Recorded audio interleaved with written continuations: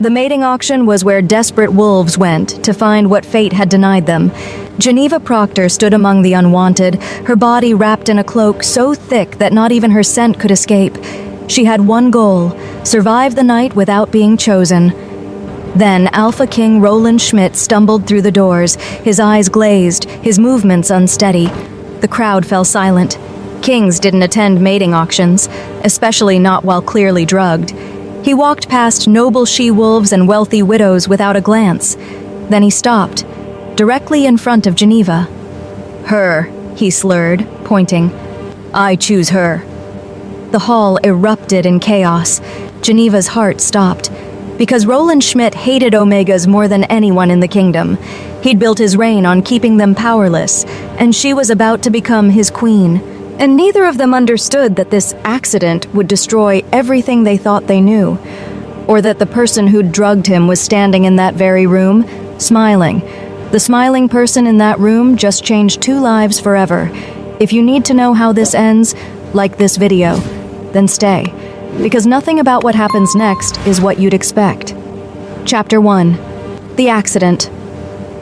Geneva had been at the mating auction for exactly 43 minutes, and she'd already counted 12 ways it could go wrong. The best scenario, no one would bid on a hooded Omega whose scent was suppressed by illegal herbs. The worst scenario, someone would demand to see beneath the hood before bidding, discover what she was, and she'd be executed on the spot for daring to hide her status. Omegas weren't allowed at mating auctions, and they were assigned to alphas by the council, like property. Like cattle. But Geneva had run out of options 3 days ago when Alpha Ignacio Potts decided he wanted her as his third breeder.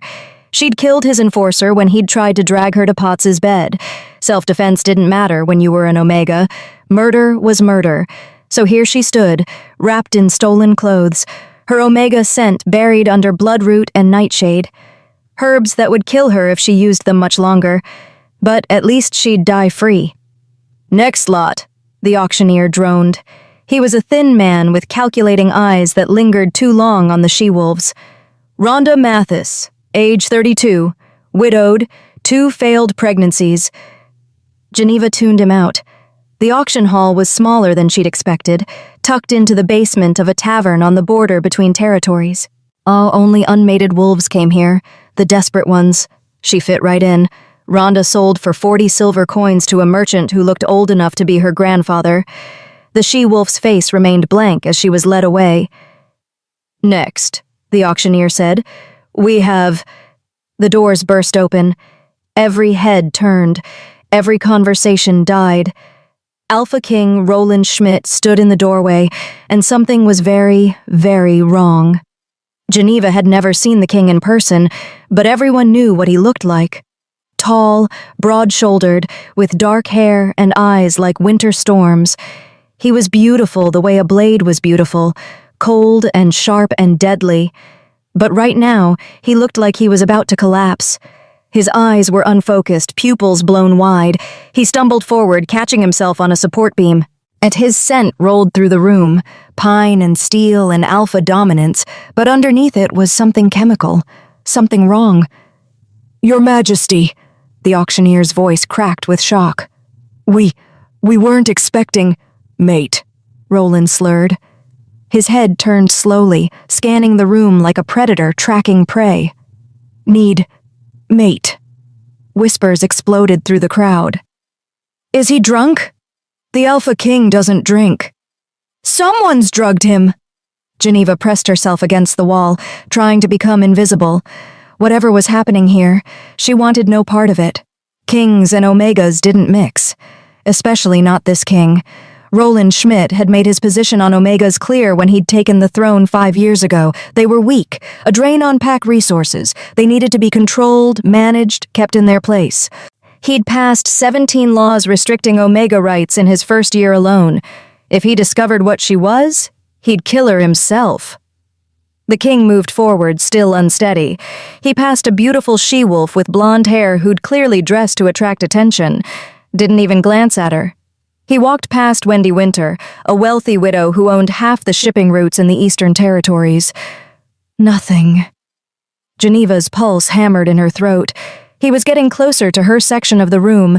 She needed to leave, now, but moving would draw attention, so she stayed frozen, barely breathing, as the Alpha King stumbled closer. "Please walk past me," she thought desperately. "Please, please, just—" Roland stopped, directly in front of her. Geneva's breath caught. Through the thin fabric covering her face, she could see him staring at her. Yet his eyes were glassy, unfocused, but there was something in them. Recognition? Confusion? "You," he said. His voice was rough, drugged, but underneath it was pure alpha command. "What's your name?" Geneva's mind went blank. She couldn't speak. If she spoke, he might recognize the Omega submission in her voice, the natural deference all Omegas had toward alphas. "I asked you a question." Roland swayed slightly. His hand shot out, gripping the wall beside her head to steady himself. He was so close now she could feel the heat radiating from his body, could smell the drugs in his system mixing with his natural scent. "Geneva," she whispered. It came out barely audible. Something flickered in his eyes. For a moment they cleared. He leaned closer, and Geneva's heart nearly stopped as his nose came within inches of her hood. He was scenting her. The blood root would hold. It had to hold. "Geneva," Roland repeated slowly. Then his eyes glazed over again, and his voice came out flat and final. "Her. I choose her." The auction hall exploded into chaos. "Your Majesty, you can't possibly—" "She hasn't even been examined. We don't know anything about her."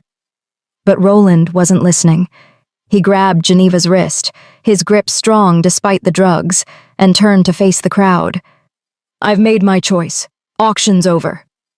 The auctioneer looked like he might faint. "Your Majesty, there are protocols. The council must approve any royal mating. There's paperwork, bloodline verification, medical examinations. Don't care." Roland pulled Geneva toward the door. She stumbled, trying to keep up. "She's mine. End of discussion." Geneva's mind raced. This was impossible. This couldn't be happening. Alpha Kings didn't choose hooded strangers at illegal mating auctions. They didn't choose anyone without months of political negotiation and council approval, unless they were drugged. Who would drug an Alpha King? And why make him choose her? They were halfway to the door when a voice called out, "Your Majesty, wait!" A man stepped forward from the crowd.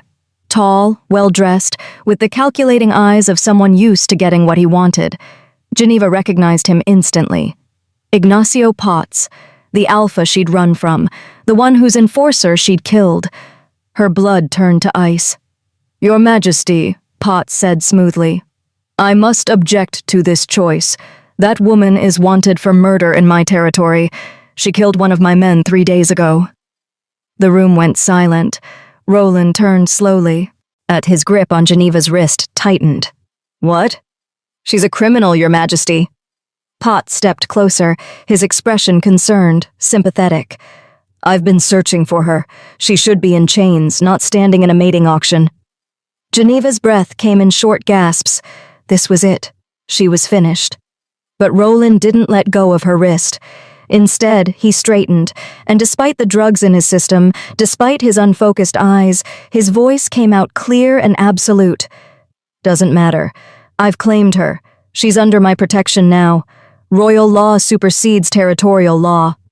Potts's mask slipped for just a moment. Fury flashed in his eyes before he controlled it. "Of course, Your Majesty. I simply thought you should know what you're acquiring." "I know enough." Roland turned back toward the door, pulling Geneva with him. "We're leaving." They made it outside before Geneva's legs gave out. The cool night air hit her face, and she stumbled, her vision swimming. Roland caught her before she fell. His arms came around her, strong, steady despite the drugs, and for a moment Geneva felt safe. Then she remembered who was holding her. "Can you walk?" Roland asked. His words were still slurred, but there was concern in them, actual concern. Geneva nodded, not trusting her voice. A carriage waited in the street, clearly royal from the gold trim and the armed guards surrounding it. Roland half-carried her to it, depositing her inside before climbing in himself. The moment the door closed, he collapsed against the seat. "Your Majesty." Geneva's instincts took over. She reached for him, checking his pulse. It was racing, his skin fever-hot. "What did they give you?" "Don't know." His eyes closed. "Wine tasted wrong. Then everything." He trailed off. Geneva's mind raced. Someone had drugged the Alpha King and brought him to a mating auction. But who? And why make him choose her specifically? Unless they didn't know he'd choose her. Unless the drug was supposed to make him choose someone else. Someone planted in the crowd. Which meant this really was an accident. The carriage lurched forward. Through the window, Geneva watched the auction house disappear into the distance. Watched her last chance at freedom vanish. Because in a few hours, Roland Schmidt would wake up. He'd realize what he'd done. And when he discovered she was an Omega, the thing he hated most in the world, he'd undo his choice. If she was lucky, he'd just send her back to Potts to face execution. If she wasn't lucky, he'd kill her himself. Geneva pulled her hood tighter and tried not to think about how good it had felt for just a moment to be chosen. Chapter 2. The Omega's Secret. Geneva had been in the royal palace for exactly 20 minutes, and she was already planning her escape. The carriage had brought them through gates so tall they blocked out the moon. Guards had surrounded them immediately, 8 of them, all alphas, all armed. They'd taken one look at their unconscious king and their hooded queen-to-be and hadn't asked a single question. Now Geneva sat in what a servant had called the king's private chambers, which was really just a polite way of saying his bedroom. A room bigger than the entire house she'd grown up in. Roland was on the bed, still unconscious. A healer had examined him, an older woman named Eula Leonard, who'd taken one sniff and declared him drugged with wolfsbane extract, mixed with something she couldn't identify. "He'll wake in an hour." "Maybe 2, Eula had said. "When he does, he'll be confused, possibly aggressive. Keep your distance, girl." Then she'd left Geneva alone with the Alpha King. Geneva should run. The window was right there, 3 stories up, but she could climb. She'd done worse. By the time Roland woke, she could be miles away, but Ignacio Potts knew she was here. If she ran, he'd tell the king exactly what she was. Roland would hunt her down, and this time there'd be no escape. Her only chance was to convince him to keep the mating. Somehow. Geneva almost laughed. Convince the king who hated Omegas to mate with one? Impossible. Unless he never found out. The thought crystallized in her mind. The bloodroot would wear off in a few hours, but there were other herbs. Stronger ones. If she could suppress her scent long enough to consummate the mating, the bond would protect her. Royal mates couldn't be rejected without cause. It was ancient law, carved into the foundation of pack hierarchy. She just needed to survive until morning. Geneva stood and moved to the window, testing the latch. Unlocked. Good. If things went wrong, she'd need a fast exit. Behind her, Roland groaned. Geneva spun around. The king was stirring, one hand coming up to his head. His eyes fluttered open, gray, stormy, and completely focused. The drugs had worn off. "What?" Roland's voice came out hoarse. He sat up too fast, winced, then his gaze locked onto Geneva. "Who are you? Why are you in my chambers?" Geneva's mouth went dry. You don't remember?" "Remember what?" Roland swung his legs off the bed. He was still fully dressed from the auction, but his shirt was unbuttoned, revealing the muscled chest beneath. "The last thing I remember is drinking wine at the border tavern with—" He stopped. His eyes widened. "The auction. I went to the auction." "Yes," Geneva said carefully. Roland stood. He was even more imposing upright, well over 6 feet of pure alpha dominance. "Why did I go to an auction? I would never—" He looked at Geneva again. Really looked. "Did I choose you?" Geneva nodded slowly. "No." Roland's voice was flat. "No, that's impossible. I don't attend auctions. I don't choose mates that way. There are protocols, council approvals." He ran his hand through his hair, and Geneva saw his hand was shaking. "Someone drugged me." The healer said wolfsbane extract, Geneva offered quietly. Wolfsbane. Roland's jaw clenched. That's a serious crime. Someone will die for this. His eyes snapped back to Geneva. Take off the hood. Geneva's heart stopped. Your Majesty. I said take it off. It wasn't a request. It was an alpha command, laced with power that made Geneva's wolf whimper in submission. I need to see who I've apparently mated. Geneva's hands shook as she reached for the hood. She had no choice. Disobeying a direct command from an alpha, especially this alpha, was impossible for an omega. The fabric slipped back. Cool air hit her face for the first time in days. Roland went absolutely still. Geneva kept her eyes down, waiting for his reaction. She knew what he was seeing. Pale skin, dark hair that fell in waves past her shoulders, features that her mother had once called too delicate for the world we live in. The silence stretched. Geneva risked a glance up. Roland was staring at her with an expression she couldn't read. Not disgust, not anger, something else entirely. You're beautiful, he said finally. His voice was soft, almost confused. Geneva blinked. Of all the reactions she'd expected, that wasn't one of them. That's why you hid your face? Roland continued. He moved closer, and Geneva forced herself not to step back. You're too beautiful? That makes no sense. It's not, Geneva started, then stopped. How could she explain without revealing everything? Roland was close enough now that she could see the flecks of silver in his gray eyes. Close enough that his scent wrapped around her, pine and steel and something uniquely him that made her omega instincts sing. Dangerous. This was so dangerous. If you're not hiding your face, Roland said slowly, then what are you hiding? His head tilted. Your scent. I can barely smell you. What did you take? Geneva's pulse hammered. Bloodroot. For personal reasons. Bloodroot is illegal. It's poisonous. Roland's eyes narrowed. Why would you poison yourself rather than let me scent you? I had my reasons. Not good enough. Roland reached for her, his hand coming up to her throat, not threatening, just resting against her pulse point. Geneva froze. Your heart is racing. You're terrified. Of me? Yes, Geneva wanted to say. Because you hate what I am. Because if you knew, you'd kill me. I need to scent you properly, Roland said. His thumb stroked once along her jaw, a gesture so gentle it made Geneva's breath catch. I need to know who you are, what you are. Please, Geneva whispered. Don't. Something in her voice made Roland pause. His hand dropped. Are you claimed by another alpha? Is that why you're hiding? No. Then what? Frustration bled into his voice. Help me understand.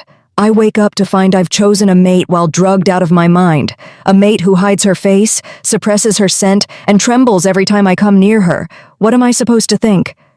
That you made a terrible mistake, Geneva thought. That I'm your worst nightmare. I can't tell you, she said finally. Not yet. Roland stared at her for a long moment. Then he stepped back, running his hand over his face. Fine. We'll do this the formal way. Tomorrow, you'll be examined by the royal physician. Your bloodline will be verified. The council will convene to approve or reject the mating. He looked at her. If there's something in your past that disqualifies you, it will come out. Geneva's stomach dropped. A royal examination would reveal everything. Omegas had different biology, different responses to tests. There was no hiding it. What if... Geneva's voice came out too small. She cleared her throat and tried again. What if the council rejects me? Then the mating is annulled. You go back to wherever you came from. Roland moved to the door. I'll have servants prepare a room for you. We'll sort this out in the morning. Wait! The word burst out before Geneva could stop it. Roland paused, his hand on the doorknob. Geneva's mind raced. If she let him leave, if she let him involve the council, it was over. But if she could get him to complete the mating bond tonight before anyone examined her, the bond would protect her. As ancient law said, a consummated royal mating couldn't be broken except by death or mutual agreement. It was insane. It was desperate. It was her only chance. The person who drugged you, Geneva said carefully, they wanted you to choose someone specific at that auction, someone planted in the crowd. When you chose me instead, you ruined their plan. Roland turned slowly. How do you know that? Because I was there. I saw how they reacted. Geneva took a breath. Which means whoever did this, they're going to try again. Tonight, before you can undo their mistake. You're saying I'm in danger. I'm saying we both are. Geneva moved closer, every instinct screaming at her to stay back but pushing forward anyway. If you send me away tonight, if you leave me unprotected while you sleep, I'm an easy target. Kill me. And your accidental choice disappears. Tomorrow you choose again, properly this time, and whoever drugged you gets what they wanted. Roland's eyes sharpened. You think clearly for someone so terrified. Fear makes you think clearly. Panic makes you stupid. Geneva was close enough now to see the way his pupils dilated slightly. I'm asking you not to send me away tonight. Not until we know who's behind this. And what exactly are you proposing? Roland's voice had gone lower, rougher. Geneva's heart hammered. This was it. The moment she either saved herself or destroyed everything. Complete the bond, she said. Tonight. Once it's consummated, I'm protected by royal law. You're protected because a bonded mate is loyal unto death, and whoever drugged you loses their leverage. Silence. Yet Roland stared at her with an expression she couldn't read. You want me to mate you. Tonight. Right now. Yes. Even though I was drugged when I chose you. Yes. Even though you're clearly hiding something that terrifies you. Geneva swallowed hard. Yes. Why? Roland stepped closer, and Geneva held her ground. Why would you want to mate someone who doesn't even remember choosing you? Someone who'll spend the rest of his life wondering if you're part of the plot that drugged him? Because I'm out of options, Geneva thought. Because it's this or death. Because you're the lesser evil in a world full of worse ones. Because I think you're a good king, she said instead, and good kings are rare. It wasn't entirely a lie. For all his laws restricting Omegas, Roland had also stabilized the kingdom, ended the border wars, fed his people. He was cold and hard and unforgiving, but he wasn't cruel for cruelty's sake. Roland studied her face. You're lying. Not about thinking I'm a good king, I can hear truth in that, but about why you want this. He reached up, his hand cupping her cheek. What are you running from, Geneva? Everything, she thought. Everyone. Does it matter? She whispered. Yes. Why? Because... Roland stopped, his thumb stroked across her cheekbone. I don't know. It shouldn't matter. You're right, completing the bond makes strategic sense. But I don't mate strangers. I don't make permanent choices based on strategy. His hand dropped. I need time to think, to investigate, to... Geneva kissed him. She didn't plan it, didn't think about it. She just moved forward and pressed her lips to his, desperate and clumsy and terrified. For 1 second, Roland froze. Then his hand came up to the back of her head, his fingers tangling in her hair, and he kissed her back. It wasn't gentle, it was hungry, demanding, as if he'd been holding himself back and her touch had shattered his control. His other arm wrapped around her waist, pulling her against him, and Geneva gasped at the solid heat of his body. This was wrong. This was a terrible idea. This was... Roland pulled back, breathing hard. His eyes were darker now, pupils blown wide. That was manipulative. Yes, Geneva admitted. You're trying to seduce me into completing the bond before I can think clearly. Yes. Roland's jaw clenched. It's working. He kissed her again, harder this time, backing her toward the bed. Geneva's legs hit the mattress and she fell backward, Roland following her down.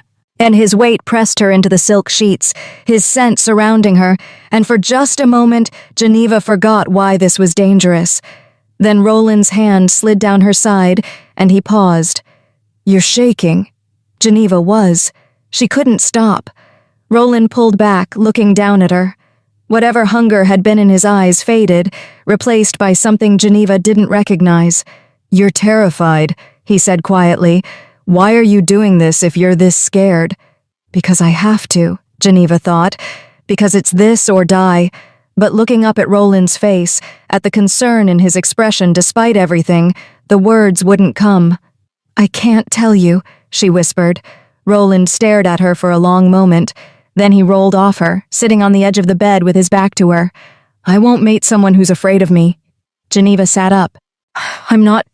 Don't lie." Roland's voice was flat. "You kiss me like you're drowning, but you shake like you're expecting me to hurt you."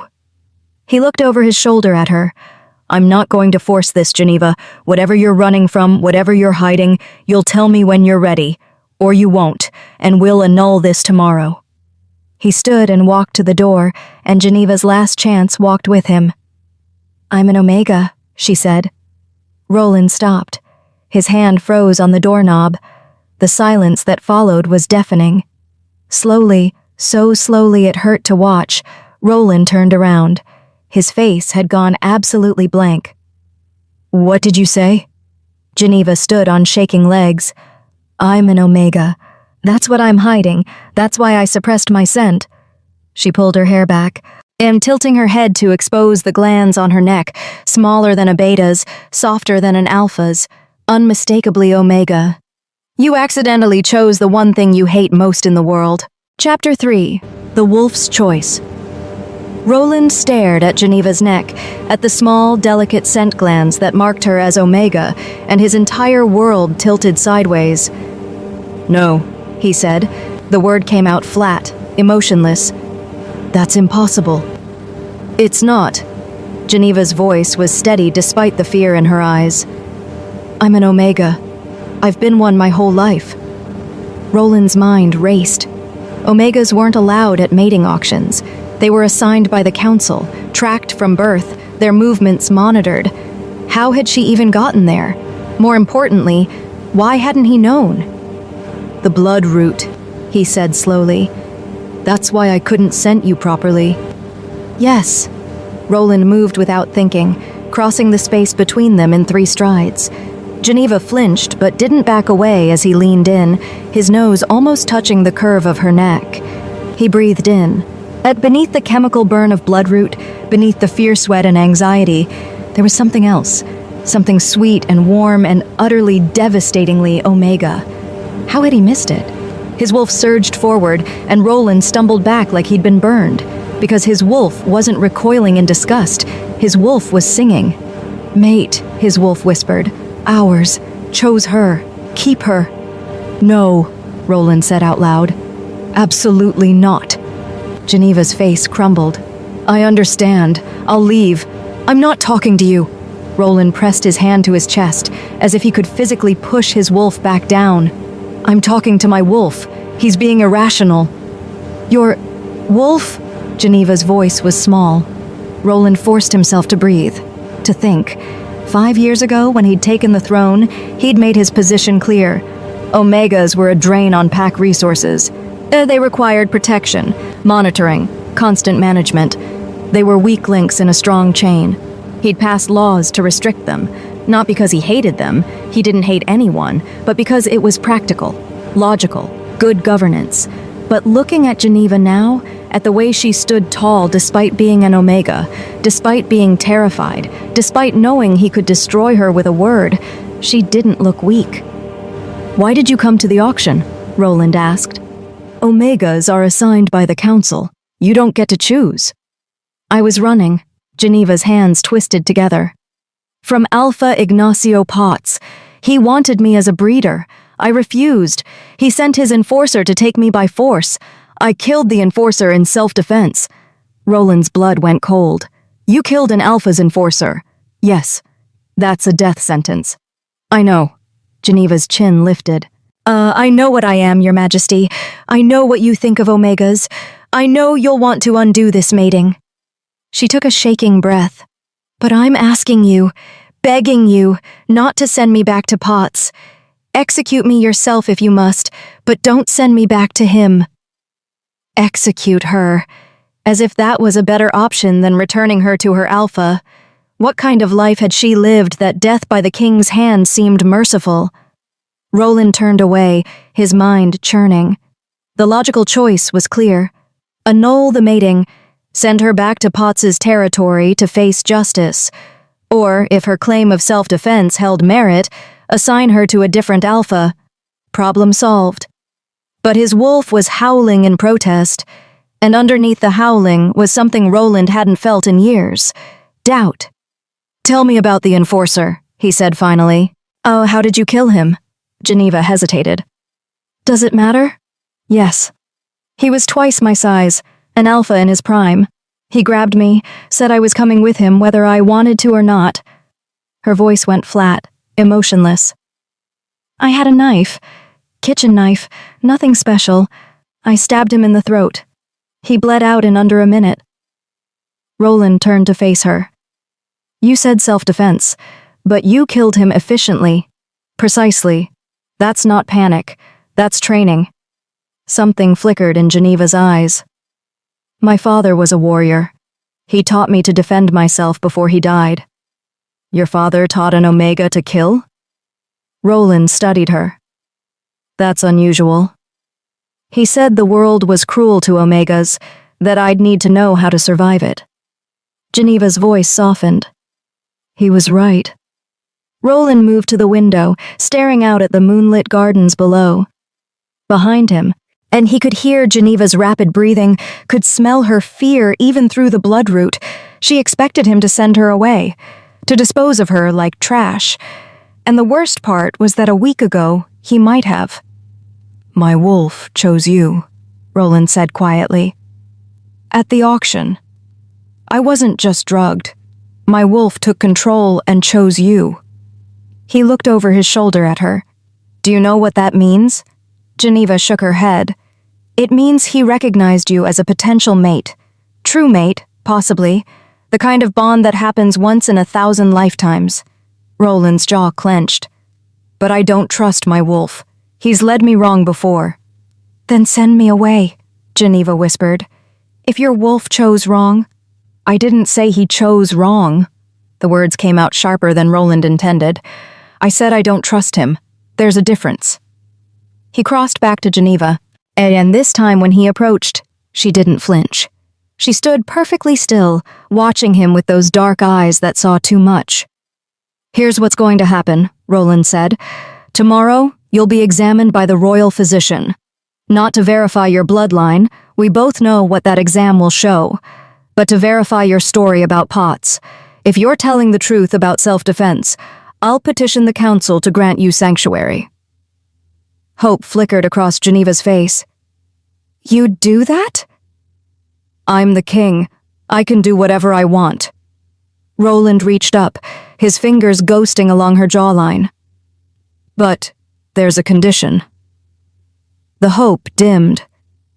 "What condition?" "You have to trust me."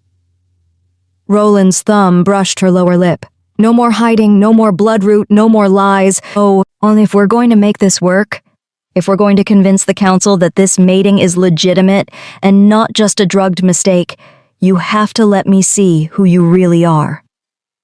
"And if I do?" Geneva's voice was barely a whisper. "If I show you everything and you decide you can't mate an Omega after all?" Roland considered lying, considered giving her false promises, but Geneva had been lied to enough in her life. "Then I'll make sure you're protected before I let you go," he said. "I'll assign you to an alpha who'll treat you well, give you enough resources to start over somewhere Potts can't reach you."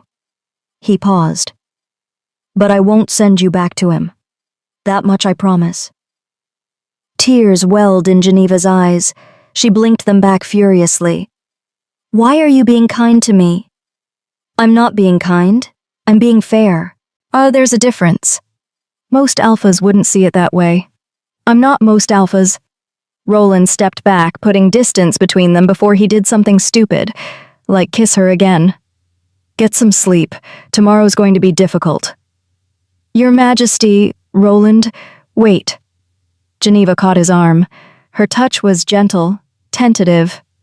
Thank you for giving me a chance. Roland looked down at her hand on his arm. Such a small hand, such delicate fingers. Everything about her screamed Omega, the size, the softness, the natural deference in the way she held herself. But she'd killed an Alpha Enforcer. She'd survived alone long enough to make it to that auction. She'd kissed him despite being terrified, had revealed her secret despite knowing it could destroy her. Weak? No. Geneva was many things, but weak wasn't one of them. Don't thank me yet, Roland said. The Council is going to fight this, especially when they find out what you are. I know. They'll say Omegas can't be queens, that it goes against tradition, against the natural order. I know. They'll make your life hell if I don't protect you. Geneva's fingers tightened on his arm. Then protect me. The simple words hit Roland like a blow. When was the last time someone had asked him for protection? Not demanded it, not expected it as their due, but actually asked? I'll try, he said finally. Now sleep. You'll need your strength. He left before his wolf could convince him to stay. The council chamber was exactly as hostile as Roland had expected. 12 alphas sat around the massive oak table, their expressions ranging from confused to furious. Roland's chief advisor, Chad Herman, looked like he'd aged 10 years overnight. Your Majesty, Chad began carefully, we've reviewed the circumstances of your mating, and we have concerns. I'm sure you do. Roland leaned back in his chair at the head of the table. Voice them. You were drugged, said Tomas Osborne, the master of coin. Clearly drugged. Which means this choice wasn't made in sound mind. Agreed, Roland said, which is why I've ordered an investigation. Find who drugged me, and they'll face execution. But in the meantime, Chad interrupted gently, the mating itself is problematic. Because she's an Omega. Roland's voice was flat. The room went silent. Clifton Rowe, the youngest council member, leaned forward. You know? She told me last night. And you didn't immediately annul the mating? Tomas's voice rose. Your Majesty, with respect, but you've built your entire reign on the principle that Omegas need to be managed, controlled. I know what I built my reign on. Roland's alpha command bled through, silencing Tomas mid-sentence. And I also know that my wolf chose her, deliberately. While I was drugged, yes, but my wolf doesn't make mistakes. Your wolf isn't meant to rule the kingdom, Chad said quietly. You are. Roland stood, placing his palms flat on the table. Here's what's going to happen. The mating stands. Geneva will be examined by the royal physician to verify her story about self-defense. If her story checks out, and I believe it will, she'll be granted sanctuary and recognized as my mate. The kingdom will revolt, Tomas said. An Omega queen, it's unprecedented. Then we'll set a precedent. Roland looked around the table. Oh, unless any of you want to challenge me directly. Silence. That's what I thought. Roland straightened. The examination happens today. We'll reconvene tomorrow to review the findings. Dismissed. The council filed out, muttering among themselves. Only Chad remained. You're making a mistake, Chad said quietly. Maybe. Roland moved to the window. Or maybe I've been making mistakes for 5 years, and this is the first right choice I've made. You don't believe that, don't I? Roland thought of Geneva's face when she'd revealed her secret, the absolute certainty that he'd reject her, hurt her, send her away. I've spent 5 years telling Omegas they're less than, that they need to be controlled, that they're weak. Because they are, Chad said. Geneva killed an Alpha Enforcer with a kitchen knife. Roland looked at his advisor. Does that sound weak to you? Chad opened his mouth, closed it. That's different. Is it? Or have we been seeing what we wanted to see? Roland turned back to the window. Find out who drugged me, Chad, because whoever it is, they made me see something I've been blind to for years. And what's that? Roland thought of Geneva's dark eyes, her trembling hands, her spine of steel despite the fear. "That may be," he said quietly. "I don't know omegas as well as I thought I did." The royal physician was a severe woman named Dolores Jackson, who'd been examining wolves for 40 years. She took one look at Geneva and sighed. "An omega," Dolores said. "Of course she is. Why would anything be simple?" Geneva sat on the examination table, trying not to shake. Roland stood in the corner. He'd insisted on being present. Im said it was to ensure fairness, but Geneva suspected it was to protect her from his own physician. "The examination will take an hour," Dolores said. "I'll need to verify your designation, check for signs of previous bonding, and assess your overall health." She paused. "I'll also need to verify your story about the enforcer. There are ways to tell if someone's killed recently." Geneva's stomach dropped. "Ways?" "Scent markers, trace elements under the nails, blood residue." Dolores pulled on gloves. "If you killed in self-defense 3 days ago, there will be evidence." "And if there's not?" Geneva asked. "Then we'll know you lied." The examination was invasive and humiliating. Dolores checked everything: her scent glands, her skin, her hands, even took blood samples. Geneva endured it silently, aware of Roland watching from the corner. Finally, Dolores stepped back. "Well, the good news is she's healthy. No signs of previous bonding, no diseases, no injuries." "And the other news?" Roland asked. Dolores pulled off her gloves. "She's telling the truth. There's blood evidence under her nails, alpha blood, not her own. The scent markers match a kill within the last 72 hours, and—" She hesitated. "And?" Roland pressed. "She's in preheat," Dolores said. "Early stages. She'll go into full heat within 48 hours. Geneva's world tilted. "No, not now, not here." "Preheat," Roland repeated slowly. "You're certain?" "Completely. Her hormone levels are already shifting." Dolores looked at Geneva with something like sympathy. "If you're not properly bonded by the time full heat hits, it will be difficult." Difficult. That was one word for it. An omega in heat without a bonded mate was torture. Pure, unadulterated torture. "Then we bond her before then," Roland said. Geneva's head snapped up. "What?" "You heard me." Roland moved from the corner. "We complete the mating bond before your heat starts. It's the only solution." "Your Majesty," Dolores interrupted, "bonding during heat is permanent. There's no annulling it afterwards. Once the bond forms during heat, it's set for life." "I know," Roland said. "And you're willing to permanently bond with an omega?" Dolores's eyebrows rose. "You, who's spent 5 years restricting their rights?" "Yes." Geneva stared at him. "Why?" Roland looked at her, and for the first time his expression softened. "Because my wolf chose you. Because you told me the truth even when it could have destroyed you. Because—" He stopped. Because I think maybe I've been wrong. About a lot of things." "That's not a good enough reason to bind yourself for life," Geneva said. "Then give me a better one." Roland crossed to her. "Tell me you don't feel it. This pull between us. Tell me your omega doesn't recognize my alpha." Geneva's breath caught, because she did feel it, had felt it from the moment he'd chosen her at the auction, a pull so strong it terrified her. "I feel it," she whispered. "Then let me do this." Roland's hand came up to cup her face. "Let me protect you the way I should have been protecting all omegas from the start." Dolores cleared her throat. "I'll leave you two to discuss this. But Your Majesty, the Council will need to approve. The Council will approve what I tell them to approve," Roland said without looking away from Geneva. "Thank you, Dolores. That will be all." The physician left, closing the door behind her. Geneva stared up at Roland, at this alpha king who should have hated her, but was instead offering her everything. "What about your laws?" she asked.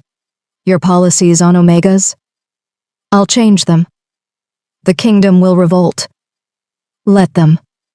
Roland's thumb stroked across her cheekbone. I'm the king. I can withstand a little revolution. You don't know what you're asking for. Geneva's voice broke. Heat bonding is intense. You'll be locked in a room with me for 3 days while I know what heat bonding entails.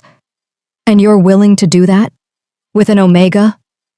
Roland leaned down, his forehead resting against hers. Geneva, I'm willing to do that with you. The distinction made all the difference. Geneva closed her eyes, breathing in his scent, pine and steel and something uniquely Roland that made her Omega purr with contentment. This was insane. She'd known him less than 24 hours. He'd been drugged when he chose her. Everything about this was wrong, but it felt right. Okay, Geneva whispered. Yes, let's do this. Roland pulled back, and the smile that crossed his face transformed him, made him look younger, less like a cold king, and more like a man. Tomorrow, he said, we'll present you to the court. Let them see their new queen. And if they don't accept me? Roland's smile turned sharp. Then they'll learn what happens when someone challenges their king. Chapter 4. The Presentation. Geneva had never worn silk before. The gown the servants brought was deep emerald green, cut to flatter without being provocative. It made her dark hair look richer, her pale skin luminous. When she looked in the mirror, she barely recognized herself.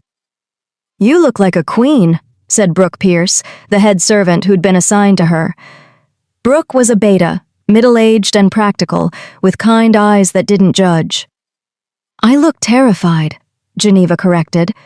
That too. Brooke adjusted the neckline. But the king will be with you. He won't let anything happen. Geneva wanted to believe that, but she'd also seen the way the council had looked at Roland yesterday, like he'd lost his mind, like he was making the worst mistake of his life. Maybe he was. A knock at the door made Geneva jump. Brooke opened it to reveal Roland, dressed in formal black with gold embroidery. He looked every inch the king. Leave us, he said to Brooke. The servant curtsied and left, closing the door behind her. Roland studied Geneva, his gaze traveling from her carefully styled hair down to the hem of her gown. You look beautiful. I look like I'm about to be executed. Same thing, in some courts. Roland's lips twitched. How are you feeling? Honest answer or polite one? Always honest with me. Geneva took a breath. I'm terrified. I'm one wrong word away from full panic, and I think I'm starting to feel the preheat, which means I'm also irrationally attracted to you right now, and it's very distracting. Roland's eyes darkened. Irrationally attracted? Your Majesty. Roland, he corrected. When we're alone. Oh, it's Roland. Roland, Geneva amended.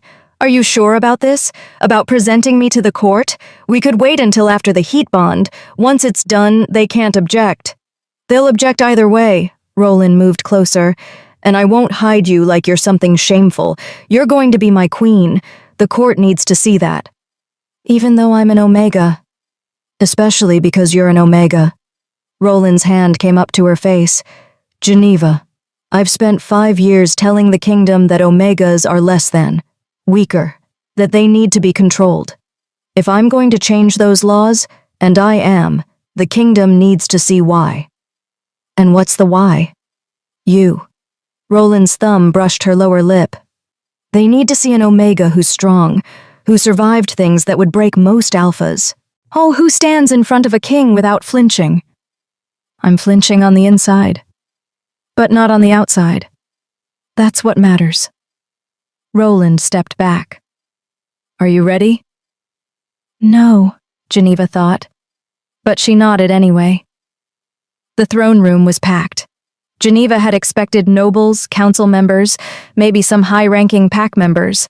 What she hadn't expected was hundreds of people, alphas, betas, even a few omegas standing in the back, all craning to see the king's mysterious mate. The whispers started the moment she entered. That's her? She's so small. What is she? I can't catch her scent. Geneva kept her eyes forward, her hand resting lightly on Roland's arm as he led her down the center aisle. She could feel every gaze like a physical touch, could smell the curiosity and judgment and outright hostility in the air. This was a mistake. This was going to end badly, but Roland's stride never faltered. He walked with absolute confidence like he owned the room, which technically he did. They reached the dais where two thrones sat, one large and imposing, the other slightly smaller but no less grand. Roland guided Geneva to the smaller throne, then took his own seat. "My people," Roland's voice carried through the room. "Thank you for coming on such short notice. I know many of you have questions about the events of 2 nights ago, about my choice at the mating auction." The room was silent, waiting. "I was drugged," Roland continued. "Wolfsbane extract, mixed with other compounds we're still identifying. Someone wanted to compromise my judgment, to force me to make a choice I wouldn't normally make." Murmurs rippled through the crowd. Geneva kept her face neutral, and her hands folded in her lap. "However," Roland said, and his voice hardened, "while I was drugged, my wolf took control, and my wolf chose this woman, Geneva Proctor." He gestured to her, and Geneva felt hundreds of eyes focus on her with laser intensity. "Geneva is not who I would have chosen with a clear head," Roland admitted. Geneva's stomach dropped. "She has no title, no lands, no political connections. By all traditional measures, she's completely unsuitable to be queen." This was it. He was going to annul the mating in front of everyone. "But," Roland continued, "my wolf doesn't care about tradition. He doesn't care about politics or alliances or what's considered suitable." He recognized something in Geneva that I, in my arrogance, had been blind to. Geneva's breath caught. "Geneva is an Omega," Roland said. The room erupted. Shouts of disbelief, anger, confusion all blended together into chaos. Geneva saw Omegas in the back, covering their mouths in shock, saw Alphas turning to each other with fury in their eyes. "Silence!" Roland's Alpha command cracked through the room like thunder. Every voice died instantly. "I'm not finished." The silence that followed was deafening. "Yes, Geneva is an Omega," Roland said, "which, according to my own laws, should disqualify her from being my mate, from being your queen." He stood, and Geneva had never seen him look more regal. "But I was wrong." More shocked whispers. Geneva's heart was racing so fast she thought it might burst. "I have spent 5 years of my reign treating Omegas as lesser," Roland continued, "as weak, as problems to be managed and controlled. I passed laws restricting their movement, their choices, their autonomy. I told myself it was for the good of the kingdom." He looked at Geneva, and his expression softened. "But Geneva survived an Alpha's assault. She killed an enforcer twice her size to protect herself. She made it to that auction alone, with no protection, no resources, nothing but her own strength and will to survive." Roland turned back to the crowd. "Tell me how that's weak. Tell me how someone who endures that much and still stands tall needs to be controlled." Silence. "I can't," Roland said quietly. "Which means either Geneva is an exceptional Omega, 1 in a million, or I've been wrong about all Omegas. And I don't think Geneva is that exceptional." "Your Majesty," Geneva couldn't help herself. "That's not a compliment." A ripple of surprised laughter went through the crowd. Roland's lips twitched. What I mean is that if Geneva can be this strong, this capable, then other Omegas can be too. We've just never given them the chance." He looked at his council members in the front row. "We've been keeping them weak by treating them as weak." Chad Herman stood slowly. "Your Majesty, with respect, one Omega's strength doesn't negate centuries of biology. Omegas are naturally submissive." "Geneva," Roland interrupted, "stand up." Geneva's pulse jumped, but she obeyed, rising from her throne. "Chad," Roland said, "give her an Alpha command, any command. Tell her to kneel." Chad's eyes widened. "Your Majesty, I don't think—" "Do it." Chad looked at Geneva, clearly uncomfortable. "Kneel," he said, pushing Alpha command into his voice. Geneva felt the command hit her like a wave. Her Omega instincts screamed at her to obey, to submit, To drop to her knees immediately. Every fiber of her being wanted to comply, but she'd spent years learning to resist, years fighting against her own nature to survive. So she stood perfectly still and met Chad's eyes. No. The room exploded again. Chad stared at her in shock. That's impossible. Omegas can't resist Alpha commands. Clearly they can, Roland said. If they're strong enough, if they're trained properly. He looked at Geneva with something like pride. Geneva's father taught her to resist, to fight her own instincts when necessary. Imagine what all Omegas could do if we taught them the same. You're suggesting we train Omegas to disobey? Thomas Osborne's voice was sharp. That's chaos. That destroys the entire hierarchy. No, Roland said. It balances it. Right now, Alphas have all the power. We can command. And Omegas must obey. That's not balance. That's tyranny. He sat back down. I'm proposing new laws. Omegas will no longer be assigned mates without consent. They'll have the right to refuse Alpha commands that threaten their safety. They'll have the right to own property, to work, to make their own choices. The room was silent now, but it was a shocked silence, a processing silence. And if they abuse these rights? Asked Clifton Rowe. If they refuse commands from their rightful Alphas? Then they face consequences, same as anyone else who breaks the law, Roland said. But those consequences will be fair trials, not immediate punishment. No more killing Omegas for disobedience. Geneva's throat was tight. He was really doing this, dismantling years of laws, risking his kingdom's stability, all because his wolf had chosen her by accident. Your Majesty, said an older Alpha near the front. These changes will take time. Years, possibly. The kingdom isn't ready. Then we'll make them ready, Roland said. Starting with Geneva. She will be your queen. She will be my bonded mate, and she will prove that Omegas are just as capable of leadership as anyone else.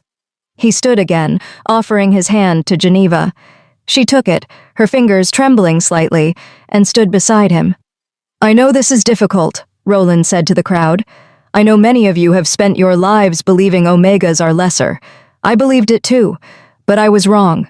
And I'm asking you, begging you, to be willing to be wrong with me, to see what we could become if we stopped wasting half our population's potential.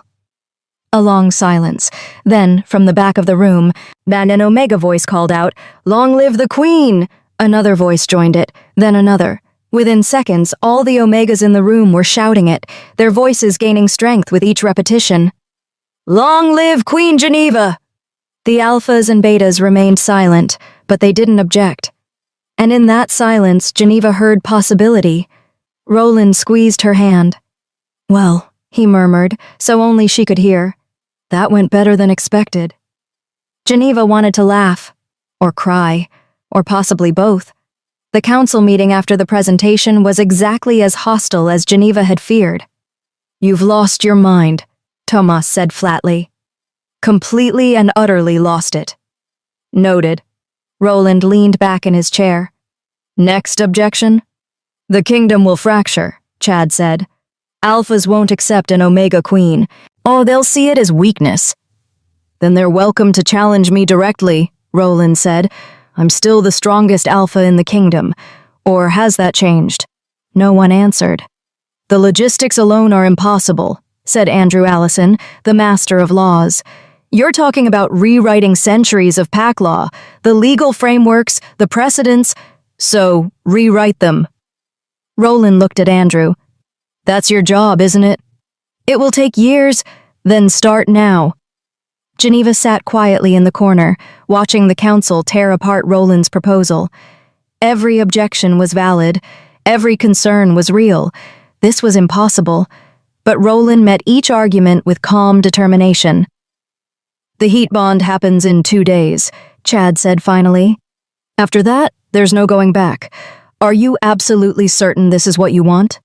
Roland looked at Geneva. Yes. Even knowing it will cost you politically, that half your allies will withdraw their support? Yes. Even knowing that if this fails, if Geneva can't prove herself capable, your entire reign will be questioned? Yes. Roland's voice was firm. Chad, I've spent 5 years making cold, logical decisions for this kingdom. I've sacrificed alliances, friendships, even family for what I thought was right. And maybe I was right about some things, but I was wrong about this. He stood, moving to the window. I was wrong about Omegas, and I refuse to let that wrongness continue just because it's easier than change. Geneva's chest felt too tight. No one had ever fought for her like this. No one had ever risked anything for her. The heat bond will seal the mating permanently, Dolores said, as she'd been called in to explain the medical aspects. 3 days, locked in the royal chambers. His Majesty will need to mark her, bite her properly, and the bond will form. After that, they'll be connected for life. If one dies, the other will feel it, possibly die themselves from the grief. I know the risks, Roland said. Do you? Dolores looked at him seriously. Because once this bond forms, you won't be able to take another mate. Ever. If something happens to Geneva, you'll be alone for the rest of your life. Then I'll make sure nothing happens to Geneva. The certainty in his voice made Geneva's eyes burn with unshed tears. The council eventually dispersed, still objecting, but unable to override their king's direct order. Only Chad remained. You care for her, Chad said quietly. Already. Roland didn't answer immediately. Oh, my wolf chose her. That's not what I asked. Roland looked at Geneva, who was still sitting in the corner trying to process everything. I don't know yet, but I think I could, which is more than I've felt for anyone in years. Chad sighed. Then I hope you're right about this. For all our sakes. That night, Geneva couldn't sleep. Her rooms were luxurious, silk sheets, a fireplace, windows overlooking the gardens, but luxury didn't stop her mind from racing. In 2 days, she'd enter heat. In 2 days, Roland would bond with her permanently. In 2 days, her entire life would change irrevocably. A soft knock made her jump. Come in. Roland entered, still dressed despite the late hour. I saw your light on. Couldn't sleep. Neither could I. He moved to the window, standing beside her. Having second thoughts? Are you? I asked first. Geneva studied his profile. Even in moonlight, he was beautiful. But it was more than that now. She'd seen him defend her in front of the entire court, seen him risk everything for an Omega he barely knew. I'm terrified, she admitted. Not of you. Of failing. Of proving everyone right who says Omegas can't do this. You won't fail. You don't know that. Yes, I do. Roland turned to face her. Geneva, you've survived things that would break most wolves. You've resisted alpha commands, killed to defend yourself, made it this far completely alone. You're not going to fail because some nobles don't like your designation. You make it sound simple. It's not simple. It's terrifying and complicated and possibly the worst political decision I've ever made. His hand came up to cup her face. But it's also right. I feel it here. He placed her hand over his heart. My wolf knows it, and I'm learning to trust him again. Geneva's hand rested against his chest, feeling his heartbeat strong and steady beneath her palm. What if your wolf is wrong? Then we'll figure it out together. Roland leaned down, his forehead resting against hers. I'm not going to abandon you, Geneva. Not now, not ever. That's a promise. Why? The word came out broken. Why do you care so much? Roland pulled back just enough to meet her eyes.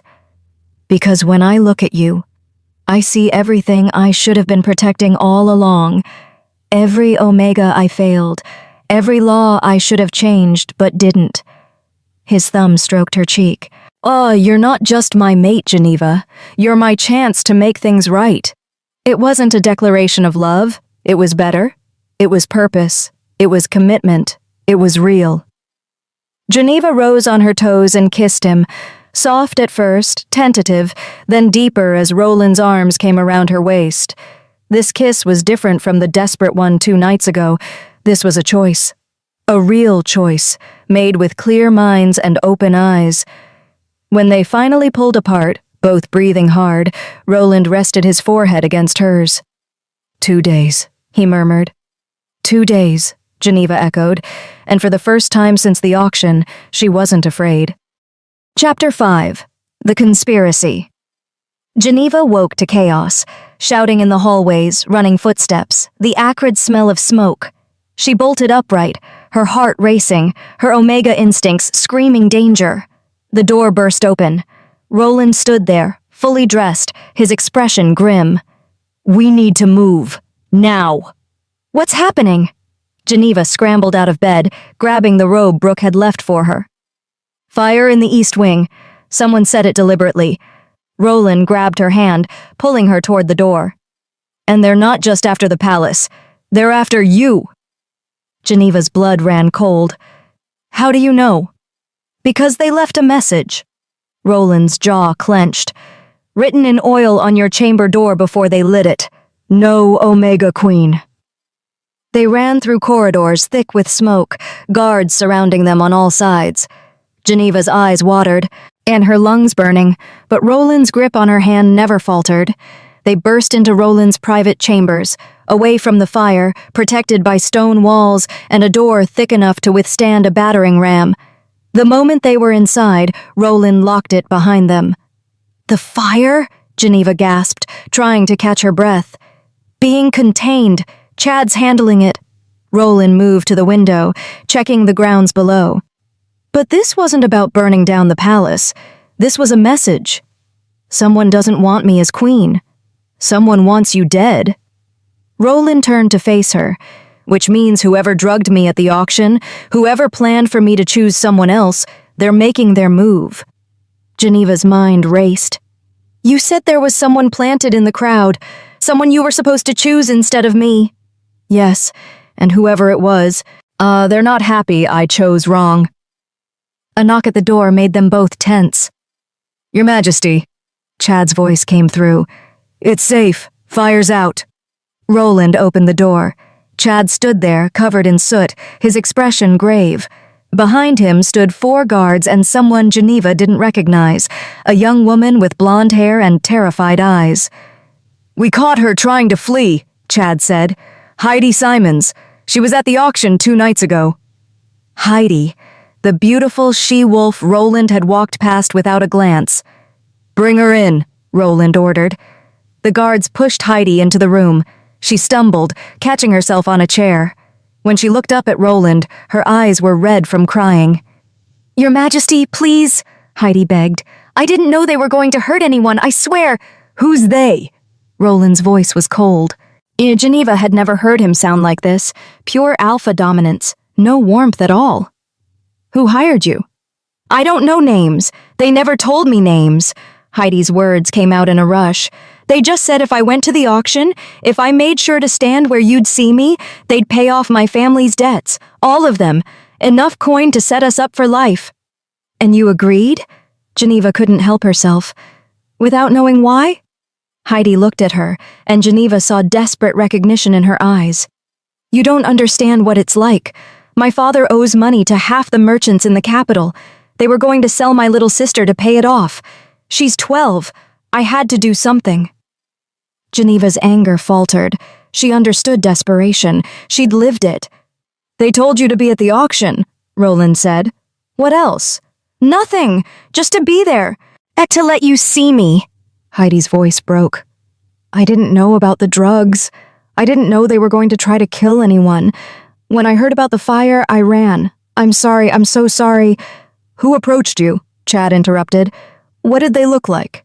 "A man. Middle-aged, well-dressed. He had a scar here." Heidi gestured to her eyebrow, "and he spoke with an Eastern accent." Roland and Chad exchanged glances. "Sammy Lacey," Chad said quietly. "Who's Sammy Lacey?" Geneva asked. "An enforcer." Roland's expression darkened. "He works for Ignacio Potts," Geneva finished. Her stomach dropped. This was Potts. All of it. It would make sense. Chad said.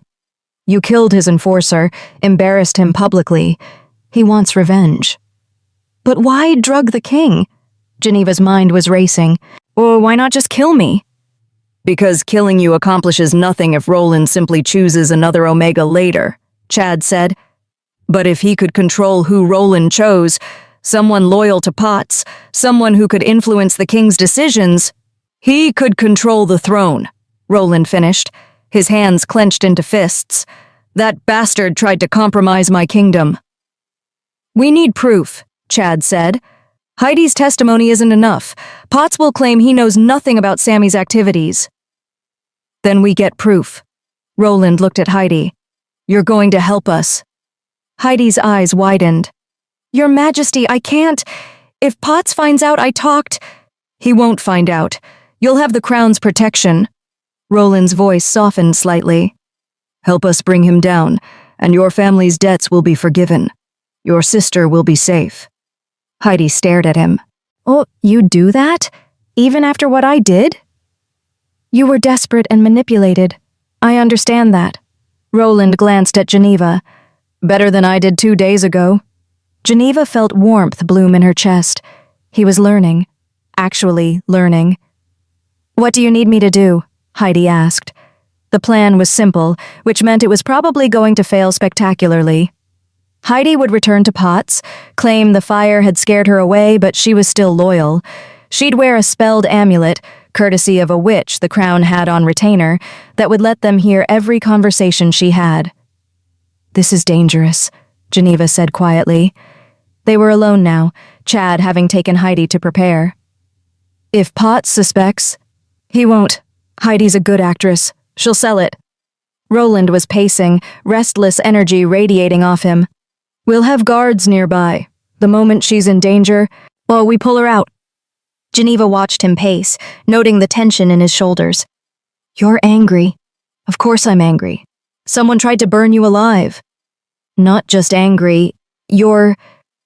Geneva searched for the word. Agitated. More than the situation calls for. Roland stopped pacing. For a long moment, he didn't answer. Then, your heat's getting closer. Geneva blinked. What?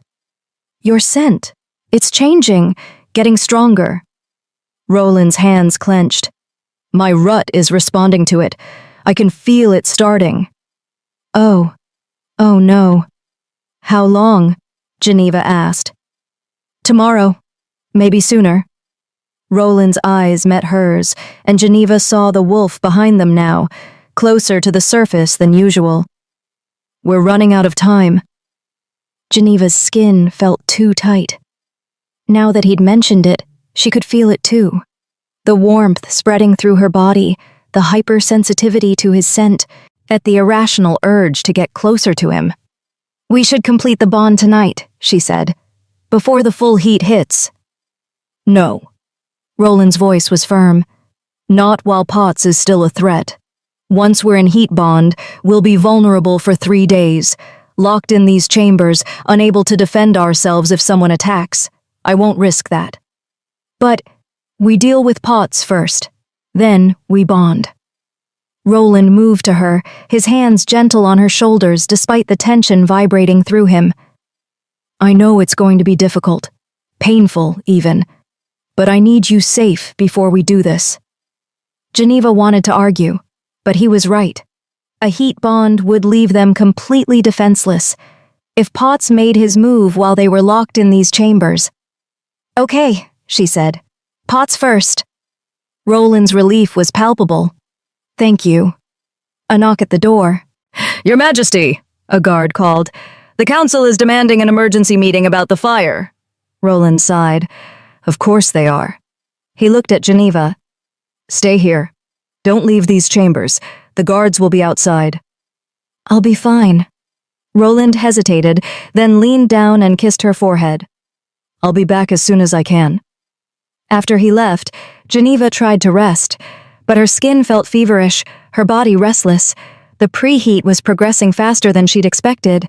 She paced the room, trying to distract herself, looked through Roland's books, all about warfare and pack law, examined his weapons collection, extensive and well-maintained. She was studying a particularly wicked-looking dagger when she heard voices outside. "Can't see the king right now."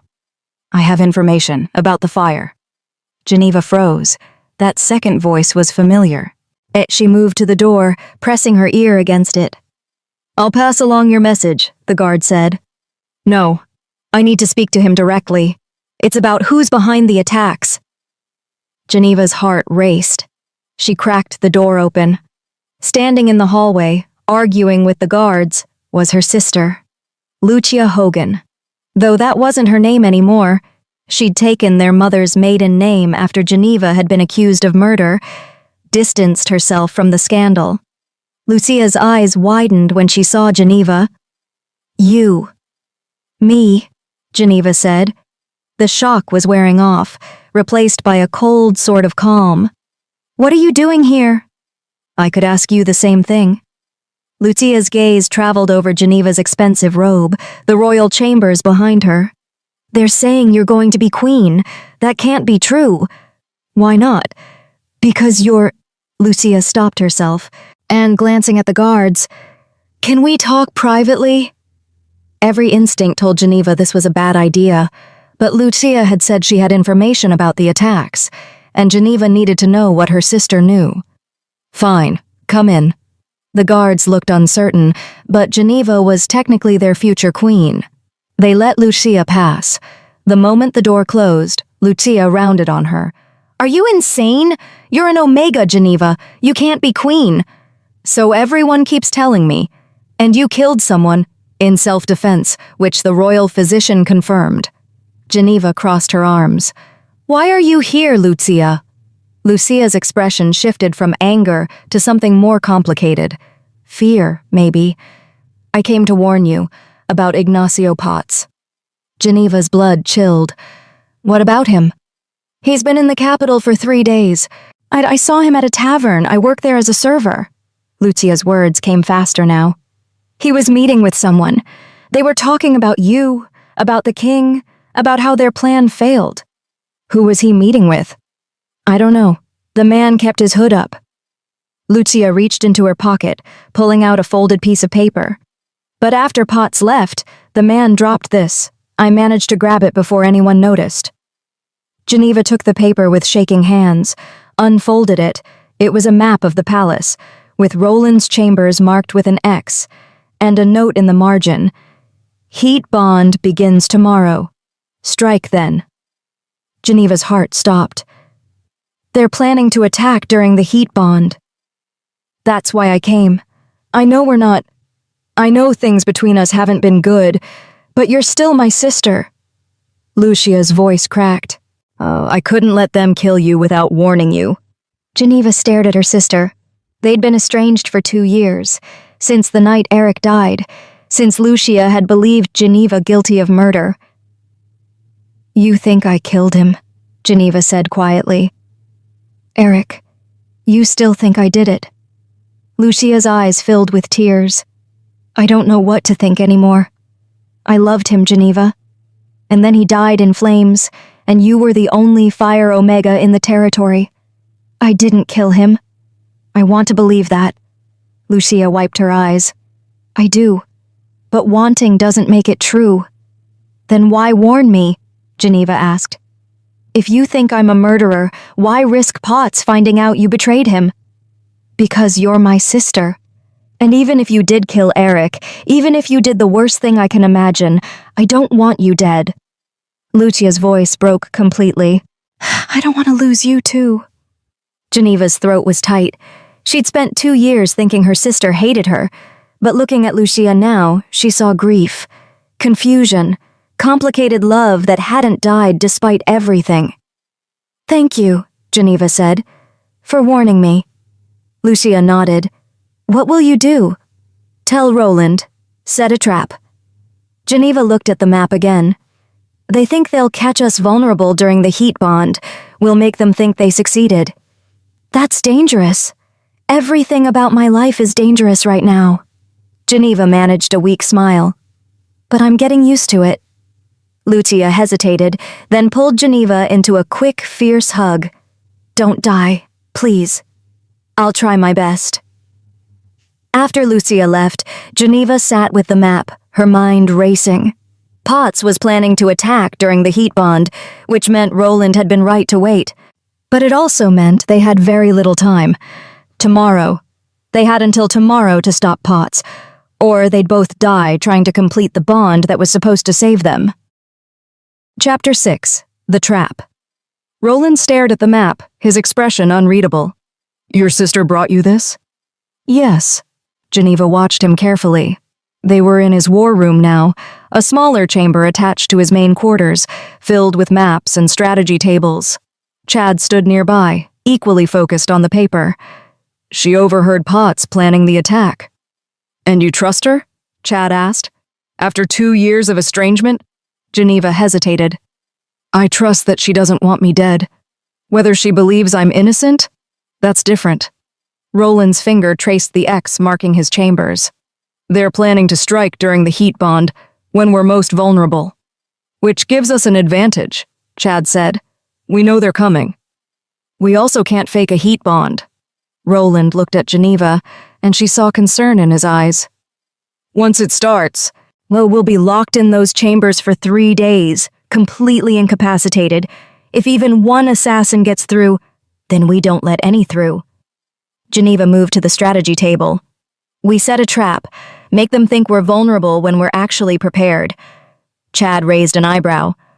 What are you suggesting? We announce that the heat bond is beginning tonight, publicly.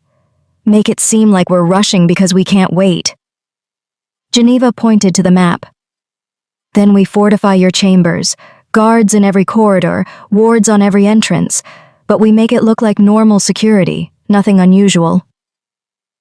And when they attack? Roland asked. We'll be ready. Geneva met his eyes. But we need more than just guards.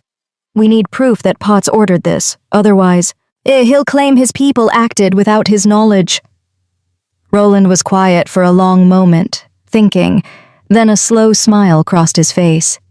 We need him to come personally. He won't, Chad said. Potts is too smart to risk himself. He will if he thinks Geneva killed his son. Geneva's head snapped up. What? Potts has a son, Joshua, same age as Geneva, trained as an enforcer. Roland's smile turned sharp. If we spread a rumor that Geneva killed Joshua instead of some nameless guard, if we make it personal, Potts won't be able to stay away. That's cruel, Geneva said quietly. It's effective. Roland's expression softened. Geneva, I know it feels wrong, but Potts tried to burn you alive. He drugged me, tried to compromise my throne, and is planning to attack during our most vulnerable moment. I'm done playing fair. Geneva thought of the enforcer she'd actually killed. His hands on her, his breath hot on her face, his absolute certainty that he had the right to take her whether she wanted it or not. She thought of Potts sending him, sending others like him. Do it, she said. Spread the rumor. The rumor spread through the capital like wildfire. The Omega Queen killed Alpha Potts' son. The king is protecting her. The heat bond is happening tonight. By afternoon, every tavern, every market, every street corner was talking about it. Geneva heard servants whispering as they passed, saw guards exchanging glances, and through the spelled amulet Heidi wore, they heard Potts receive the news. Joshua? His voice cracked. She killed my Joshua? Geneva sat in Roland's chambers, listening through the magical amplification. Roland stood nearby, his expression unreadable. That's what they're saying, my lord. Sammy Lacey's voice came through. Killed him 3 days ago. The king is protecting her, rushing the heat bond to make it permanent before anyone can object. That Omega bitch. Potts's voice was pure rage now. She takes my enforcer, my son, and then becomes queen? No, I won't allow it. My lord, perhaps we should reconsider. We attack tonight, during the heat bond, just as planned. Potts's breathing was heavy. But I'm coming personally. I want to watch her die. Geneva's hands clenched. Beside her, Roland's eyes were cold. There, Chad said quietly. He was monitoring the amulet's output. That's our confession. He just ordered an attack on the crown. It's not enough, Roland said. We need him caught in the act.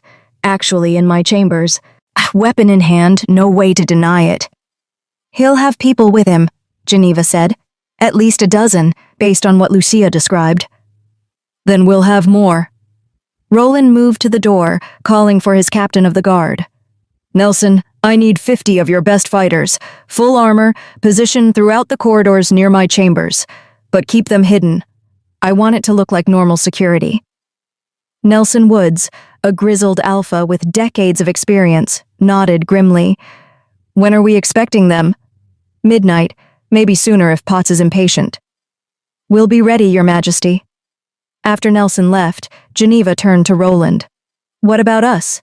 Do we actually start the heat bond? Roland's jaw clenched. We'll have to make it look real. Which means... He trailed off. Which means we start it, Geneva finished. We begin the bond. But we stay aware enough to fight if we have to. That's dangerous. Once heat starts, rational thought becomes difficult. I know. Geneva stepped closer to him. But we don't have a choice. If Potts arrives and we're clearly faking, he'll know it's a trap. Roland stared at her. You're asking me to begin a permanent, irreversible bond while surrounded by assassins. Yes. Geneva, I trust you. The words came out simple, honest. I trust you to keep me safe, to stay in control enough to protect us both. Roland's hand came up to cup her face. I could hurt you. During heat bond, alphas can become aggressive. You won't. You don't know that. Yes, I do. Geneva covered his hand with hers. Because you've had multiple opportunities to hurt me, and you've chosen kindness every time. You're not like other alphas, Roland. You're better. Something in Roland's expression cracked. I don't deserve that faith. Maybe not. But you have it anyway. Roland pulled her close, his arms coming around her. For a long moment, they just stood there, holding each other while the sun set outside. When this is over, Roland murmured against her hair. When Potts is dealt with and we're safe. I'm going to court you properly. Flowers, poetry, the whole ridiculous tradition. Geneva laughed, despite the fear coiling in her stomach. Poetry? Terrible poetry, the kind that makes you cringe. I can't wait. Midnight approached. Geneva wore a simple white nightgown, traditional for heat bonding. Her hair was loose, her feet bare. She looked exactly like an Omega preparing for her first heat with her Alpha. She also had a knife strapped to her thigh under the nightgown. Roland wore loose sleeping clothes. He looked relaxed, comfortable, but Geneva could see the tension in his shoulders, could smell the readiness in his scent. The spelled amulet lay on the table, still transmitting. Through it, they could hear Potts and his men approaching the palace. 15 of them, Chad said. He was in the next room with a dozen guards, ready to strike. Potts, Sammy, and 13 others, all armed. Let them through the outer gates, Roland ordered. I want them inside the palace before we spring the trap. Geneva's heart raced. This was really happening. Geneva, Roland said quietly, we need to start. She nodded. They'd discussed this. To make the trap convincing, they needed to actually begin the heat bond, needed their scents to change, their bodies to respond to each other, and needed to be vulnerable enough that Potts would believe he had a chance. Roland pulled her close, his hand sliding into her hair. Are you ready? No, but do it anyway. He kissed her. It wasn't gentle. It was claiming, possessive, designed to trigger her heat response. Geneva gasped against his mouth, feeling warmth flood through her body. Her Omega instincts surged. Finally, her Alpha was claiming her properly. Roland's scent deepened, darkened. His hands tightened on her waist. When he pulled back, his eyes were more wolf than human. It's starting, he growled. Geneva could feel it. Her skin was hypersensitive, her body aching for his touch. The preheat was becoming actual heat, hormones flooding her system. This was going to be so much harder than she'd thought. They're in the palace, Chad's voice came through the door. Second floor. Move in toward your chambers. Roland's hand slid to Geneva's neck, his thumb pressing against her scent gland. I need to mark you. Not yet. Geneva's voice was breathless. Wait until they're here, so they see it. Roland's control was impressive. His wolf was clearly fighting to complete the bond, but he held back, waited. Footsteps in the corridor. Whispered commands. Geneva and Roland moved to the bed, making it look like they were too lost in each other to notice the danger. Roland's mouth found her neck, not biting yet, but close. Geneva's fingers dug into his shoulders. The door exploded inward. 15 men poured into the room, weapons drawn. Ignacio Potts led them, his face twisted with rage. Get away from her! Potts roared. Roland moved so fast Geneva barely saw it. One moment he was on the bed with her, and the next he was standing between her and Potts, fully shifted to his alpha form, taller, more muscled, eyes glowing with wolf light. You dare enter my chambers? Roland's voice was barely human. Attack your king? You're protecting a murderer! Potts's weapon, a silver blade, gleamed in the lamplight. She killed my son! I didn't kill Joshua, Geneva said, standing despite her body's protest. The heat was making it hard to think, but rage cut through the fog. I killed your enforcer, the one you sent to drag me to your bed like a piece of meat. Potts's expression flickered, confusion, then realization. You're lying. Joshua is dead. Joshua is alive and well, living in the Eastern Territory with his mate, Roland said coldly. You were tricked. And you fell for it because you're so arrogant, you assumed an Omega couldn't outsmart you. The doors behind Potts opened. Nelson and 50 guards poured in, surrounding the attackers. Chad walked through them calmly, a spelled recording device in his hand, the kind used in trials. We have your confession, Chad said pleasantly.